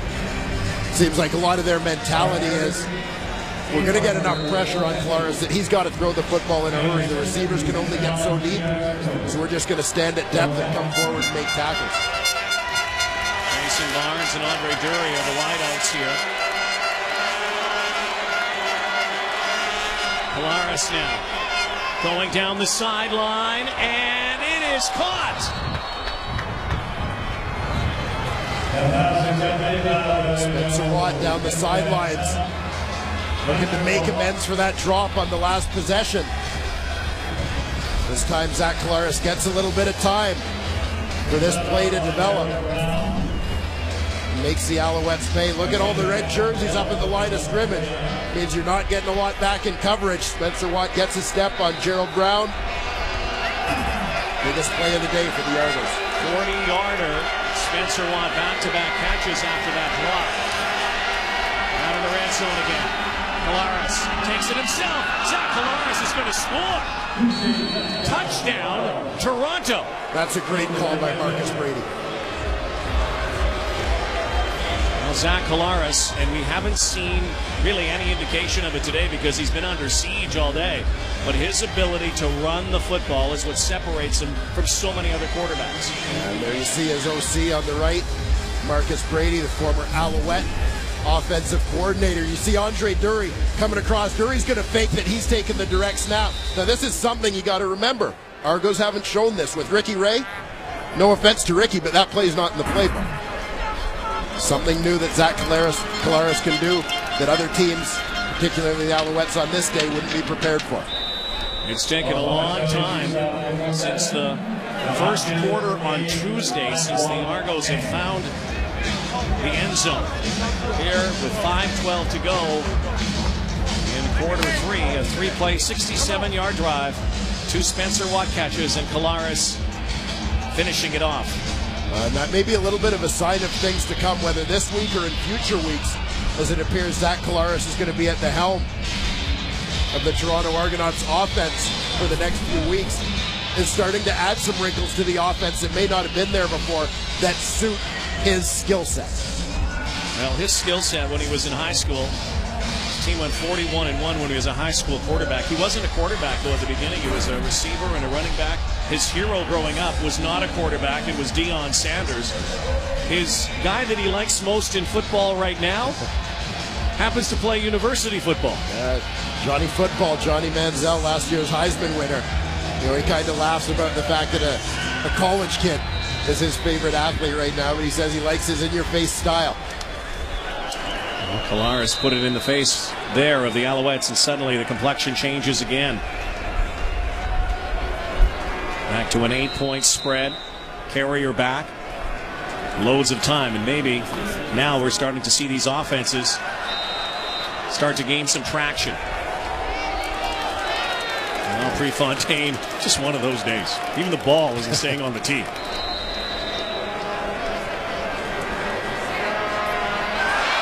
There it goes again. Much to the Folks, delight. you can't make this stuff up.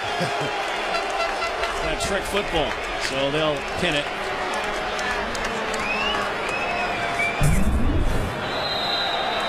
And Murphy's Law. And he might want to check to make sure that that's not Lucy Van Pelt holding for him. Look at that. Charlie Brown reference from Wayne Ford. Ron Carrier. Helmet down. Up near the 34-yard line. Tanner Marsh now trying to get his offense going as well. Marsh, again, fleeting that fame that he's enjoyed the last couple of weeks. 300-plus yard games. Nowhere near that right now. Well, there are going to be some ups and downs for Tanner Marsh. This is a conversation we had with Travis Lulay prior to the BC game yesterday about some of the young quarterbacks, and one of the biggest challenges for these guys in terms of determining their longevity will be how they deal with adversity. Play action. Now Tanner Marsh looks to go, and that time, nice read. Good play. Up near midfield, finds Jerome Messam. And Marsh showed run and then decided to dump it off into the hands of the power back, Jerome Messam. And Tanner Marsh surprised me a little bit on this play because as the pressure comes to him early, the pocket starts to break down a little bit. He almost looked a little panicky, like maybe they were the happy feet. And at this point, I'm thinking Tanner Marsh is just going to tuck it and run because that's what he feels most comfortable doing. But he keeps those eyes downfield and gets that completion to Messam. Both quarterbacks showing a little confidence here now, moving that pocket. Marsh, that ball's up for grabs, and it's caught and rumbling away. In his first game, Keontae Tripp is going to take it into the end zone. Right place, right time.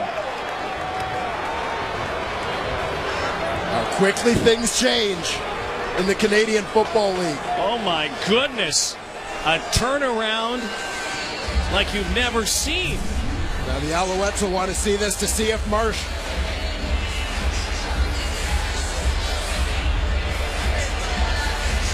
free man comes off that right side in their protection scheme. They're going to have a conversation about that, but pops right into the arms. Two guys, Ryan Bombin and Jeff Parrott, end up blocking the same guy. Leave Jermaine Gabriel free. Ball pops straight up.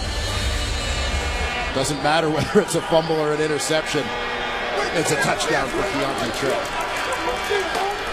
Keontae Tripp has been a designated import twice this season. Right place, right time. Brown out of Georgia. 2-point convert into traffic and unable to come up with it is Spencer Watt. So it's a 2-point game in this turnover-littered game today. The Young Guns firing some blanks. Keontae Tripp, what a trip to the end zone. He hasn't been here for a long time. It's been a good time so far for Keontae Tripp.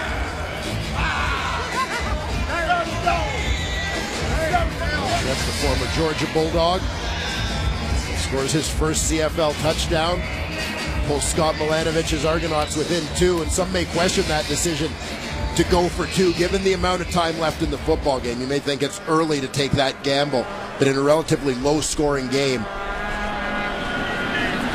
that would explain why Milanovich chose to do it at this stage. Carrier still fighting away, picks his way up near the 35. That's something that would look like nothing for a while. Here is our sack attack, brought to you by Purelator, tackling hunger across Canada. Check, and because of all those quarterbacks going down, a lot of food has been collected today. Montreal Alouettes right near the top of that list. High pressure defense.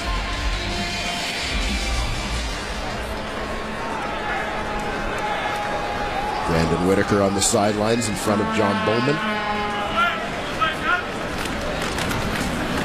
Marsh, play action again, and S.J. Green had to lay out for that one, and that one is errant. Now pressure back on the Alouettes. We're enjoying a 15-point lead.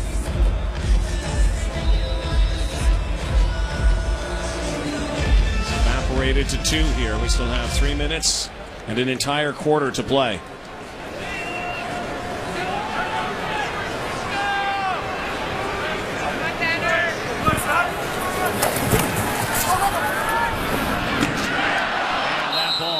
Out. Incomplete. So now the Alouettes flatlining offensively here. This game that we've seen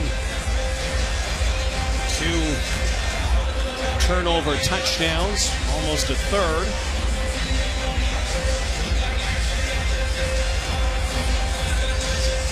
And Barry goes over to Tanner Marsh, who was only 1 for 6 in the second half, 23 yards and a pick. Boot from White. Guy at his 40. Turns it outside. It's got a couple blocks here, but ran right behind Mike Bradwell and was tripped out of bounds. 35-yard kick and a 14-yard return for Trent Guy, who comes up limping. A guy filling in for Chad Owens in the return game. Maybe the Argos may have to dig a little deeper down that depth chart should Guy be able to unable to continue in that role. Filling in for Owens offensively, Dontrell Inman getting more snaps, playing a lot of the Chad Owens role, getting lots of looks here. Let's see if Zach Collaros can sustain the momentum. Andre Jury, Gerald Brown all over him. So the Argos strike quickly. Yeah, the Toronto Argonauts put up 13 points in a minute 31 seconds after a bomb to Spencer Watt set up that Zach Collaros designed run. Deontay Tripp came up with the loose ball, took it to the house, pulled the Argonauts to within 2. Seeking down again. That's 7 here. Collaros, long count, and downfield. He's got Childs. He's got it. He should score. It is a touchdown. And Molson Stadium is silent. What a job by John Childs to come back and get this football.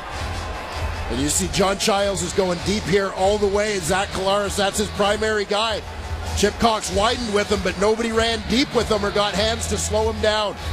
You've got a speedster in Childs, unimpeded on that route. He made a nice adjustment to the ball because he initially looked over his outside shoulder and then turned back to the inside, had to relocate it. And that was what led him to that little stumble as he caught it. But a great adjustment and an Argo lead. The game that was an offensive snorefest has suddenly started to light up thanks to the Toronto Argonauts offense. They've absolutely woken up here. Here's Childs with his latest trip to the end zone. His 6th major score of the season. The addition to this Toronto Argonaut offense this season, the burner, John Childs. Suddenly all those trouble spots for Zach Collaros. That first half where he was absolutely suffocated by the Montreal defense. Impenetrable for most of that first half. Collaros has found some openings. Well, taking some of those deep shots. The home run ball to Spencer Watt set up the last offensive touchdown for Toronto. Now that one to Childs. We'll see if those couple of plays, you saw how the demeanor of the entire stadium, you could just feel it change after that ball was completed. You wonder if it's going to start to alter the defensive philosophy within this game for Jim Popp and Noel Thorpe's Montreal Alouettes defense. The Argos must have been listening to the halftime show because that's exactly what they talked about. Going deep a little more, moving the pocket a little more, and the Argos benefit offensively. enormous third quarter for Toronto. It's all happened with a span of 5 minutes. The first lead of the game, and now trying to find the seam again up near the 32-yard line. John Childs earning himself a reputation as the Alouette killer. That last touchdown was his 4th against the Owls. 6th of the season.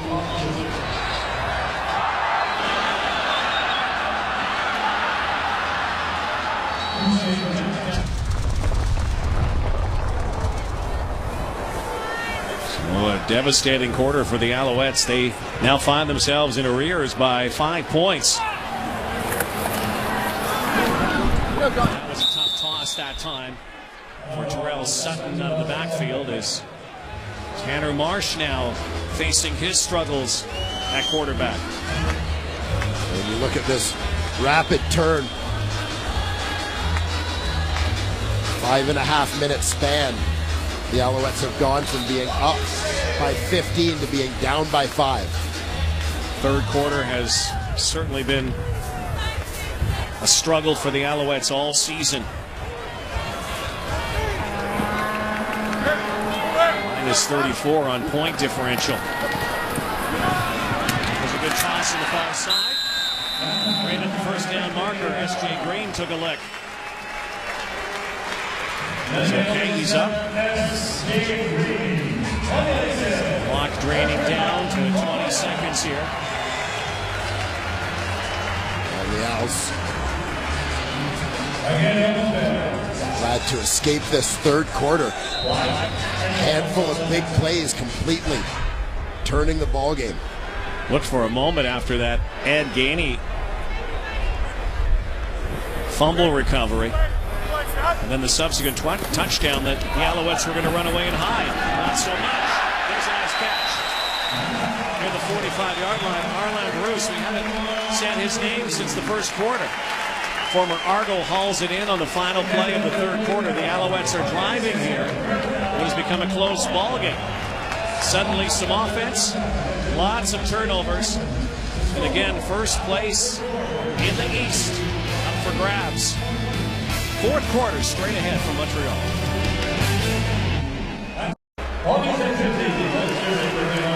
So who knows what we have in store for the fourth quarter here. This has been a strange one. The Argos come back, now take their first lead of the ball game, 28-23 in the span of 5 minutes. And I guess, Dwayne Ford, it's almost the old saying in the Canadian Football League. We saw it yesterday in Hamilton when the BC Lions game, that no lead is ever safe in the CFL. Yeah, and it obviously wasn't much of a lead in this football game, that a couple of big plays were enough to get things turned. But a similar dynamic to what you saw in the Hamilton BC game yesterday, where Travis Lulay for the Lions faced a lot of pressure through the first half of that ball game. Eventually, as they got into the fourth quarter, they had started picking up the pressure. Lulay started connecting with his receivers and making some plays. Well, the Toronto Argonauts, I would propose, got things figured out a little bit earlier offensively than BC did yesterday, and had enough time to get themselves into the lead in the ball game. Now it's Tanner Marsh's turn. He takes a deep shot. He's got his man. Jerome Carter has his first ever CFL touchdown.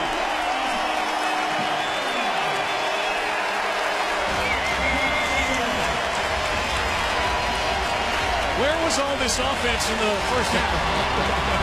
What's going on here? Well, you had some teams that were playing a little bit conservative with their young quarterbacks, now opening it up. Nice stutter step by Carter on Watkins, gets in behind him. And away he goes, finishing in style. The son of Chris Carter, Pro Football Hall of Famer. And I'm going to go out on a limb here and say that I think we're seeing something special beginning with what Deron Carter may become as a receiver in this league. That's not much of a limb you're going out on. I agree with you. And boy, does he ever look like his dad, and certainly showing flashes of his father's playing ability. Former Minnesota Viking for so many years, an Eagle. Chris Carter now a broadcaster, ESPN, NFL Sunday today. He's not watching this one on a monitor. I'm sure he just got a text or a tweet, and guess what, Pops? Duran got his first ever CFL score. 3 catches, 82 yards for Duran Carter in this ball game. And there's the ending, the stretch into the end zone. Gifted young man. No cheapie either. You know, some guys get their first touchdown of what could be many. You know, sometimes it's an end around. It might be something open. That's the way to do it. Big play.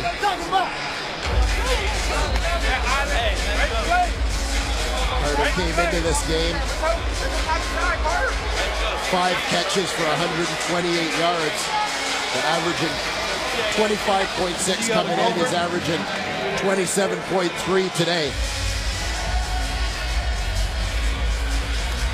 Great pattern, but lost in all that. What a toss by Tanner Marsh. On the spot. So now the 2 quarterbacks settling in here. The young guns now firing. 30-28. Montreal jumps back in front. This could be a wild one here. Jarius Norwood straight on. Good return. Norwood has the corner, and Jarius Norwood, his first CFL game. Another ex-NFLer. Nickname was Fast and Furious. Jarius Norwood. That time powering around the corner. Good field position. Well, let's see if the shootout continues. Ball now in the court of Zach Collaros. This battle of the young guns. Well, now what this passing and successful passing has done as well is made some of the defenses a little more reticent to come forward. They load it up again, the Alouettes do. Collaros has done a good job on the reads. Settle back now, he's got time, and Norwood, sideline, has 8 or 9 yards.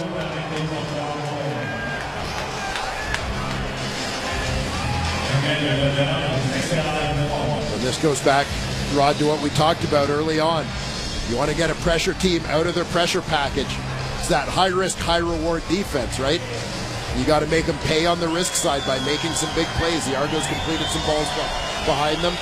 You see the Alouettes not quite as aggressive all of a sudden. Well, the biggest play for the Argos was an 18-yard run early for about almost 4 quarters. Now it's big plays almost every play from both teams. And certainly both quarterbacks look a lot more confident. Here, Toronto number 65. 5-yard penalty. Remains 2nd down. Tony Washington flag for procedure. He moved. Well, changing the dynamic from that 2nd and 1 to a 2nd and 6. Potentially costly penalty from the big left tackle. And these 2 teams met on Tuesday, their 2nd meeting of the season. Wasn't a thriller by any stretch. 20-9 Owls. Good blocking. Collaros delivers again. Childs trying to go forward. And he's stuffed right there on 2nd down. It's going to be almost 2 full yards short. Yeah, we've talked about how to stop a blitz. This is how you stop a linebacker from bull rushing. Keep an eye on the backfield. Running back Quinn Porter's going to step over here. Chops down Shea Emery. You can bet Emery won't be coming with quite the same aggressiveness the next time he blitzes and sees Quinn Porter step up in front of him.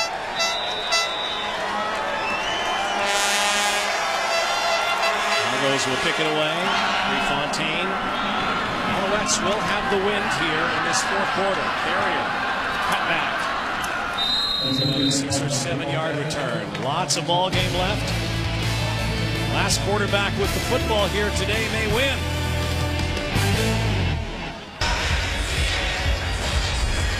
Well, we talked in the 3rd quarter of this ball game, partner, about the Alouettes wanting to avoid that one bad quarter that seemed to have been there undoing in a number of games this season, putting them in a hole. Well, they didn't get shut out, but that was kind of the only good news in the 3rd quarter for the Alouettes today against the Toronto Argonauts. Outscored 23-7 The total for those 6 quarters, 93-7 deficit for the Owls.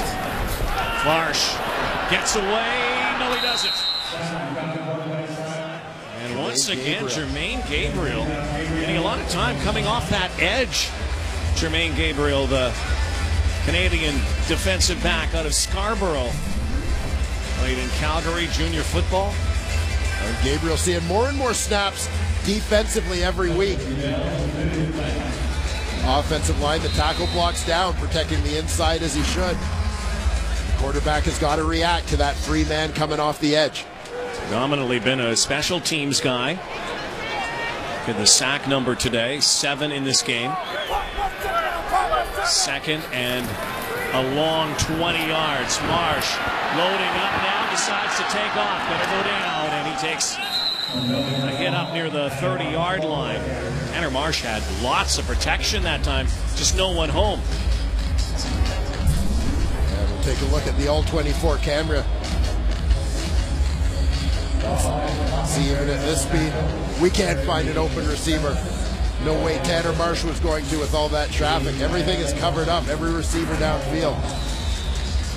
You know, and I want to go back to that previous play as well where Jermaine Gabriel got the sack. Give credit to the Argos for another thing, as one of the potential hot receivers in the play, Patrick Lavoie, got held up coming off the line of scrimmage. That's one of the things you're looking for, is to throw hot off that free man, but the receiver got taken out.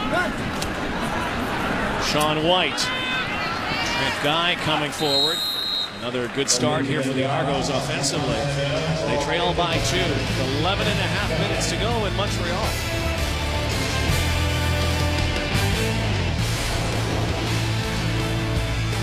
The CFL on TSN is brought to you by GMC. We are professional grade. John Childs, big day so far. Big outing this season against the Alouettes. Again, this is the 3rd meeting of 4. These 2 will meet again final week of the regular season, November 1st.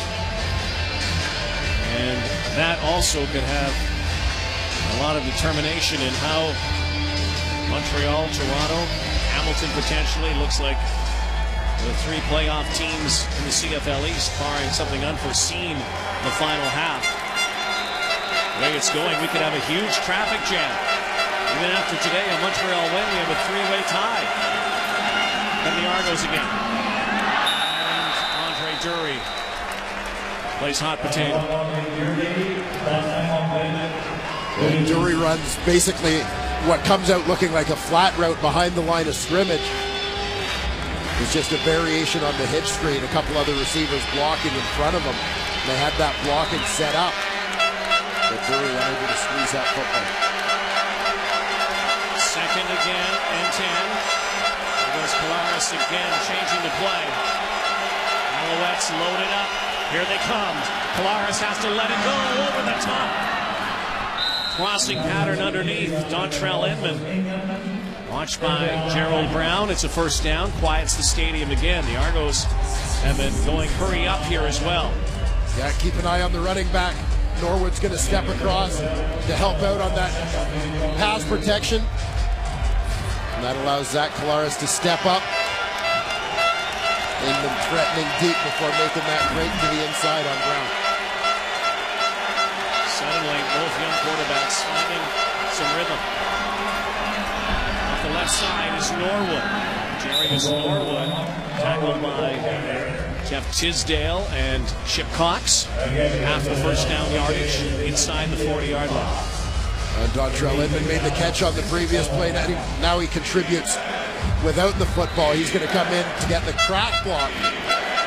Block from the outside in on the defensive end. You see him in motion. There it is on Anwar Stewart. Gets just enough of him to allow Norwood to turn the corner. Second down. Play action again. Pocket collapses. Polaris fights and only gets back to the line of scrimmage. It will be 3rd down, and Noel Prefontaine will come out to kick this. Problem right now is the wind. Prefontaine again has missed 2 beyond the 40-yard line today, and this is going to come into the breeze. Down at 2 points. He may even consider punting this football for field position. He missed from the 42 and the 46. And that dropped him to just 4 for 10 on the season from beyond the 40-yard line. Did not see his holder come out. Injured Alouette on the play. There's still plenty of time here. Again, it's just a 2-point game. This would come from about the 47-yard line. This is the punt team that's out on the field. Looking at the personnel that's out there, the Argos have sent out their punt team. So it's not even a consideration. Actually, Prefontaine, looking at the sideline, is even asking what's going on. So we'll try to angle one here and pin the Alouettes. Mike O'Shea on the left. Colton Hopkins going off in his own steam. So Prefontaine will punt it away. A few years ago, that decision was automatic. Well, Prefontaine is kicking that thing for 3. That would have been a 47-yard attempt. Not today, though. Prefontaine, there's the angle. Looking for the coffin corner. It's going to bounce into the end zone for a single. It's a 1-point game. Very close to the coffin corner, but not close enough. 30-29 the score. Rough Riders and Blue Bombers coming up next. Second half of the doubleheader, the Banjo Bowl in Winnipeg. The single point is the worst thing in this situation as it pulls them within one, but it's not what they were looking for. Obviously trying to pin them deep, get that field position, set up their next offensive drive. But it also makes you think now that they've got that single point about the missed 2-point convert. Had they just kicked the PAT at that time, they'd be tied up. Fake reverse. Now he's looking to throw. He does, and it is picked off. Bad call here. And it is Jamie Robinson who has the interception after S.J. Green. Very curious play call. Little gadget play at this stage of the game in a 1-point game. Obviously the Alouettes saw something, but the result is not. Yeah, there's potential for a big play here, but this is the risk that you get when you have guys that aren't used to being the decision makers throwing the football, making decisions about throwing the football, and that's a bad one by Green. Worked out for the Argos. Another turnover. 6 in the ball game.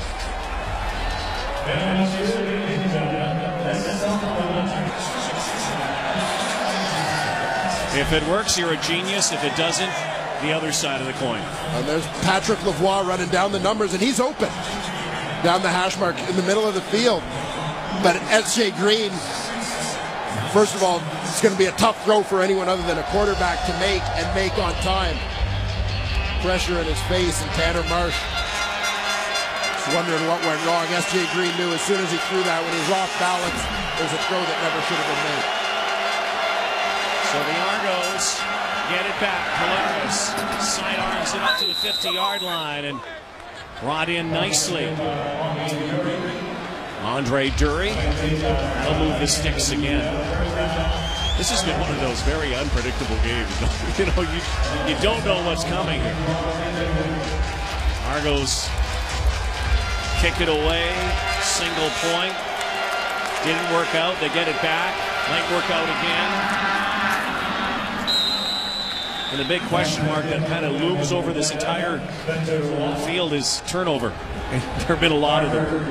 They have changed the complexion of this game a number of times. Significant turnovers, whether returned directly for points or setting up points. Missed Argo field goals early in the game, a missed 2-point convert. A lot of ebb and flow, particularly in the second half.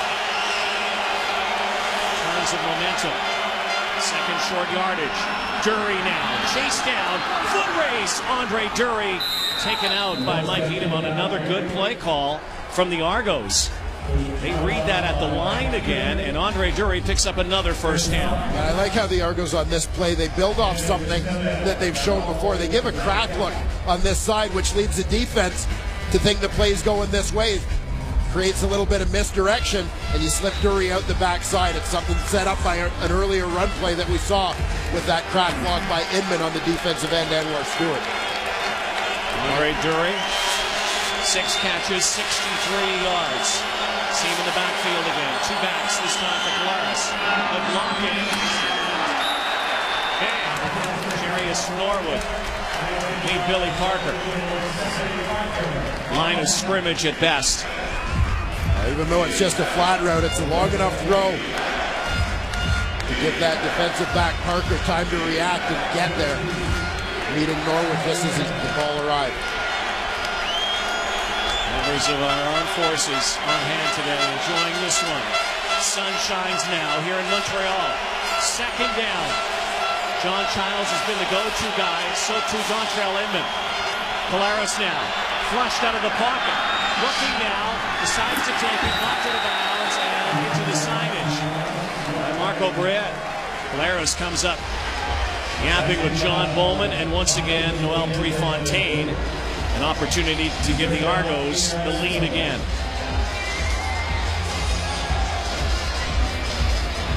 Well, there were a couple opportunities downfield for Zach Collaros, but the protection didn't allow him to have his focus there. As the pocket broke down, forced him out on the scramble.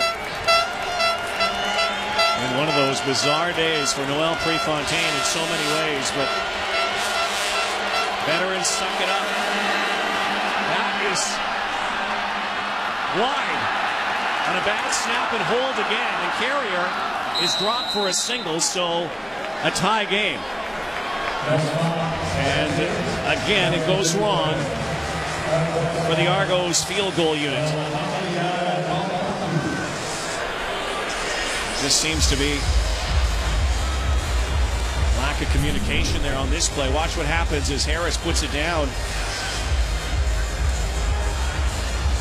And bobbled. Yeah, you saw that ball lay down flat. I think it was slow to unfold. You see right here, Harris doesn't get it down cleanly. He's had his own struggles. It's twice for Holder the last 2 games. Harris got the laces to the side. And that play was very similar to the play back in Toronto on Tuesday. Prefontaine misses again. Actually was almost made that, considering Marsh, hot read there, and almost picked off by Jaleel Carter. 6 minutes to go. 30-30 here in Montreal. Marsh is trying to make a real tough throw here. Trying to drop this one into S.J. Green, but Jaleel Carter in very good position. That much.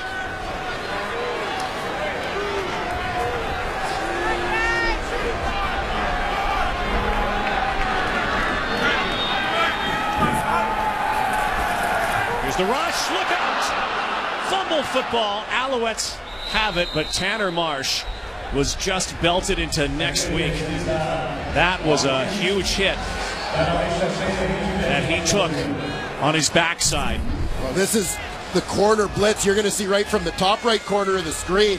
It's going to be Pat Watkins. He times it up, leaves his receiver, and here he comes, and it's the guy you don't expect is that corner. You see it from the halfbacks, you see it from the outside linebackers, rarely from the corners. Surprise. The blindest of blindsides right there. There's not a chance Tanner Marsh saw him or heard him coming. Alouettes did well to hang on to the football, and they're going to have to give it back, though. Loss of 7 on the play. And again, the Argos will get the benefit of some good field position here.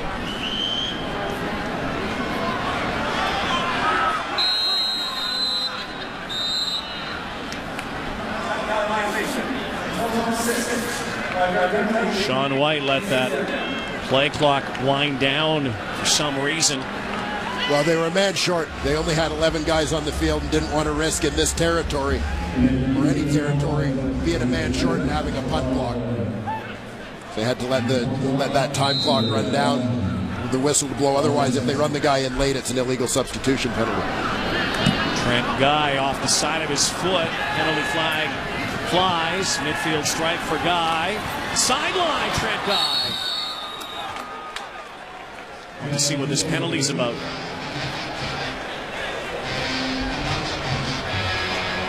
Well, the kick was in the air. Holding. Front row number 87. 10-yard penalty. First down. That return negated.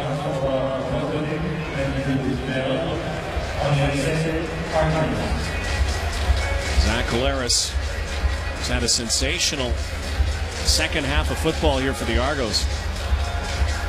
First half, you might have wondered even if he was going to survive the rest of this football game. Well, constantly under siege, and his timing and accuracy suffered as a result. But Argos have made some plays, which of course the Alouettes to make some adjustments, giving Collaros a little more time to work. In a tie ball game, Collaros, there's that play again as they swing it out to Dury. Andre Dury. I was concerned before this game that Andre Dury might not be at full steam today. He's looked good. Spots right on the 50-yard line, which would mean that should be a first down.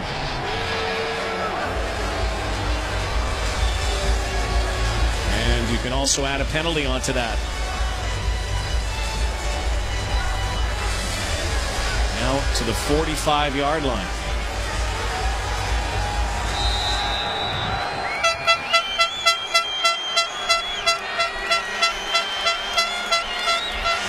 Off that penalty that the Argos took on the punt return, they basically get that field position back.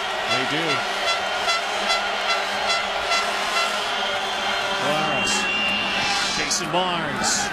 First down again in Toronto. Down to the 35-yard line. Jason Barnes red hot over the last few weeks. Found the end zone in 4 straight games, except for Tuesday. Star out of Sacramento State. Well, very nearly came up with one in the end zone here today. Diving effort. Just didn't survive contact with the ground. Lost the ball on his landing. 3.5.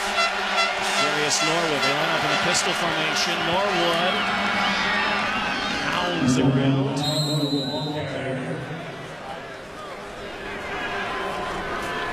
Again, this time. Second down and 5 yards to go. Clock coming down to the 3-minute warning here. Who would have ever thought we would have gotten to this point? 30-30 after the first quarter and second quarter here today. This is where we're at. Trips right for Collaros. Looks there. Coming up and back to the football for another first down is Andre Dury. The 3-minute warning here in Montreal. Argos on the move. What a second half here. Tie ball game. Third meeting of the season in the rematch of Tuesday.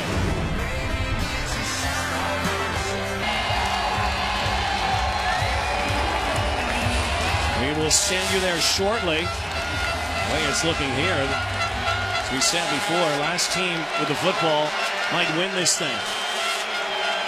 Argos fought back from 15 down. First and 10, close to the red zone. Tight formation. And again, Darius Norwood swallowed up at the line of scrimmage. Aaron Lavarius got the initial blow, and the Alouettes brought him down. So second down and a throwing down here for the Argos. Second and long in this territory. We saw the Alouettes earlier in the ball game load up that line of scrimmage on Zach Collaros, go cover 0,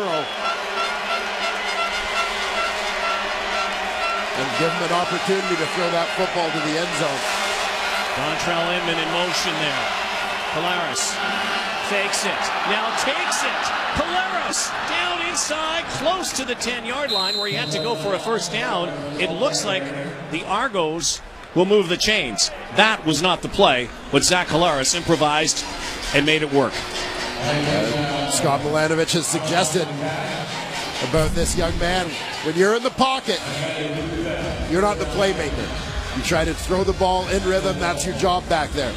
Once you break the pocket, if you're forced out, that's when you become the playmaker and you just do your thing.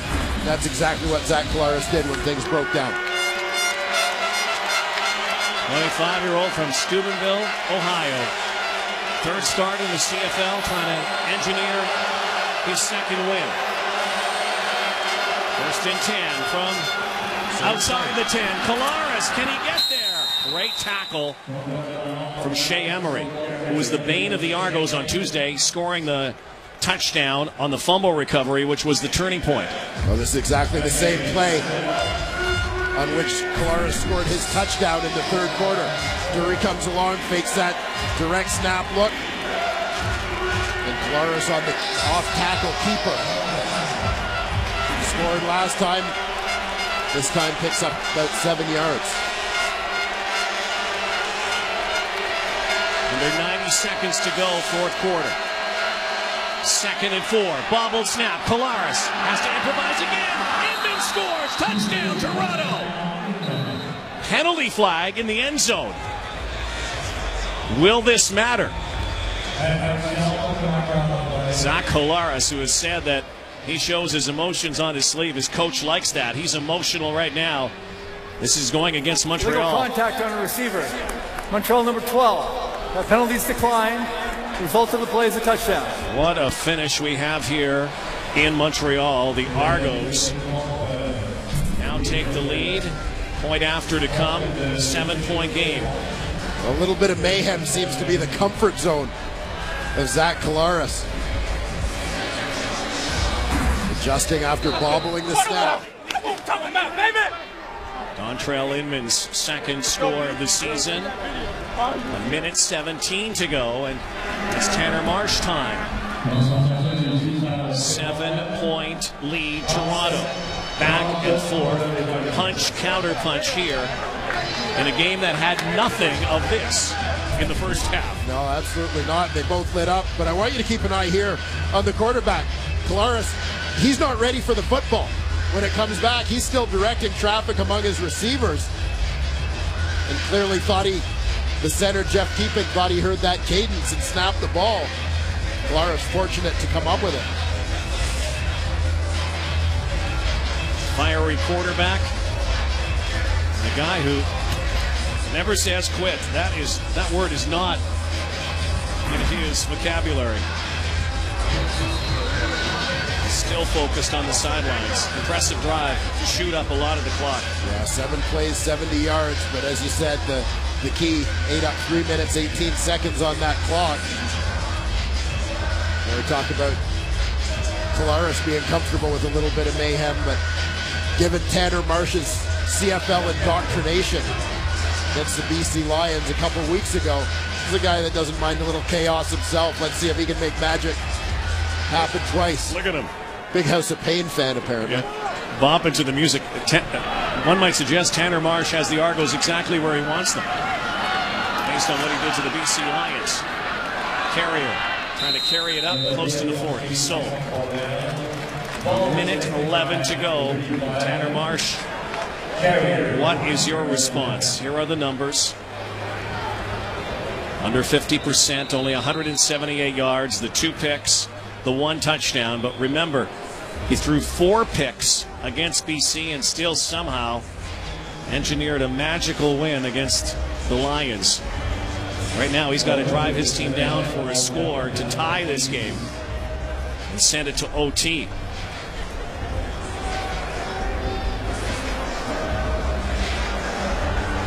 You talk about the Owls' comfort zone and perhaps having the Argos right where they want them.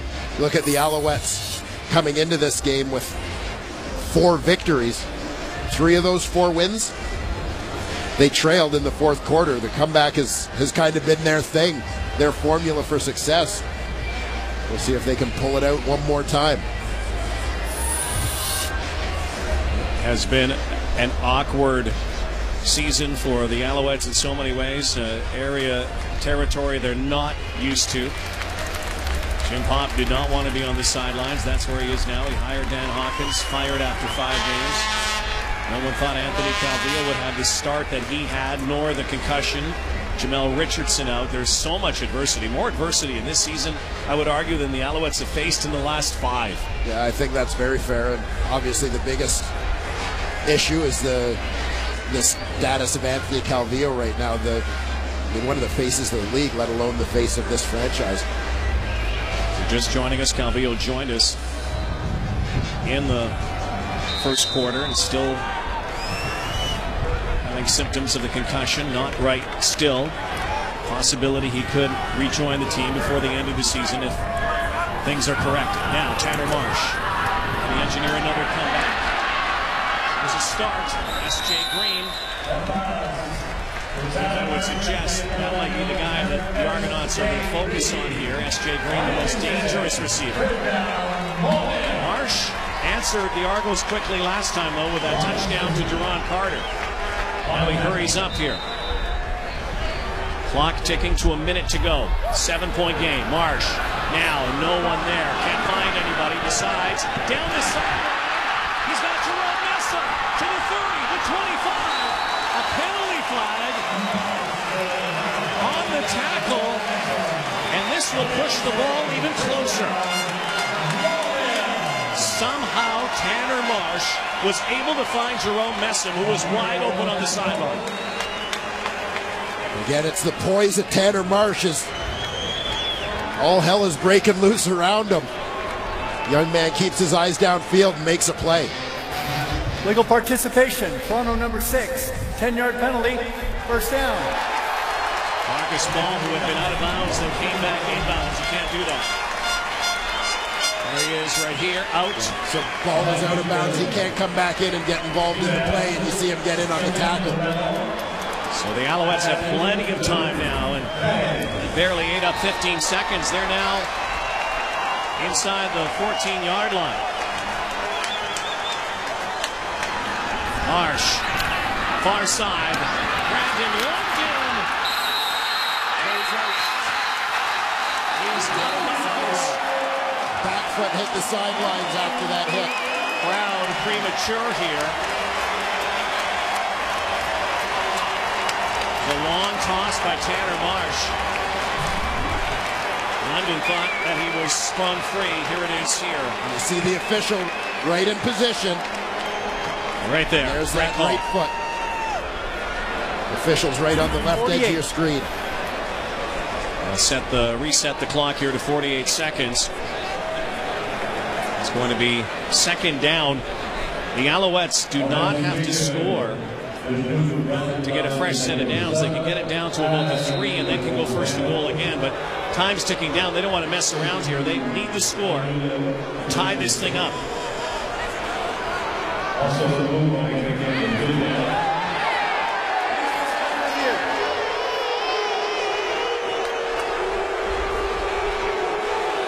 Play is under review.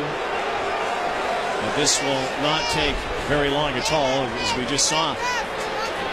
But I'm most amazed by Tanner Marsh and Zach Collaros, who didn't exactly have great first halves or even 3 quarters. These two guys have shown great composure for young quarterbacks. Here's the play again. And there's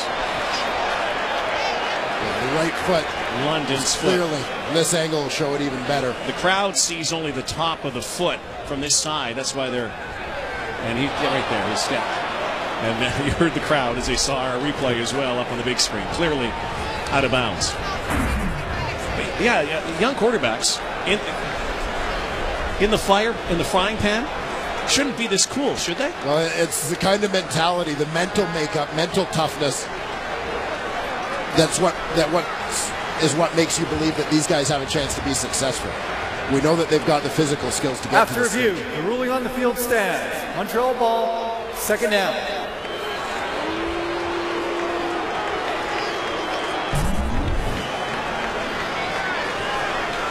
Brandon London wasn't sure he was watching the replay. Yep. Even though he's an actor by trade. Couldn't sell that one. Couldn't sell that one. Here we go again. 48 to go.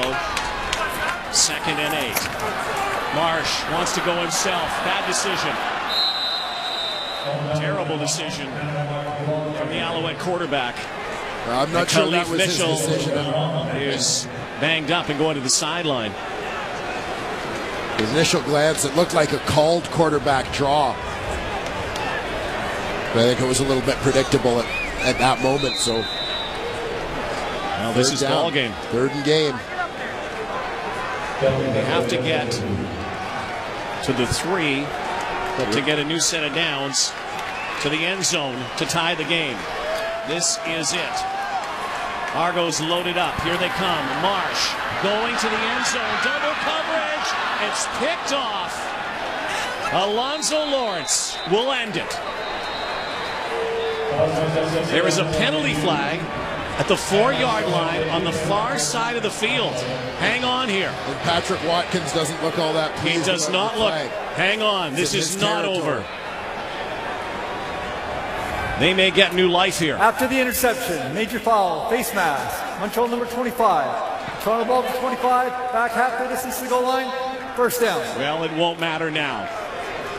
Alonzo Lawrence, his first CFL interception, is the game sealer in what turned out to be a wild ride down the stretch. S.J. Green, the intended receiver on that corner route, well covered, overthrown ball. Lawrence leaves his man Brandon London on the outside to come up with the pick, but that one was just going to sail and be an incompletion anyway. Jim Pop looks at that, though. You know, you get those cracks inside the 15-yard line. That one play to Brandon London, yes, it went out of bounds. The second play, that was a disaster. And this will now end it. And the Alouettes will fall to 4-6, and the Argos will take over first place in the CFL East again, 6-4. Toronto fights back from 15 down. It was Tanner Marsh's game in Toronto. It's Zach Collaros' game in Montreal. Yeah, and a great second half from both these young quarterbacks, stepping up to the challenge. Both had their struggles through the first 30 minutes. Final few ticks we're going to send you to Regina and or to Winnipeg rather in a second for the Rough Riders and the Blue Bombers. Banjo Bowl coming up, moments away from kickoff there at Investors Group Field. Their rematch. The Argos now lead the season series 2-1. They win this rematch. This is it, victory formation. Zach Collaros brings his team all the way back. Unbelievable second half for the Argos. Turnovers galore in this one, but the Argos turn over a win. 37-30 in Montreal. We send it to Dave Randorf.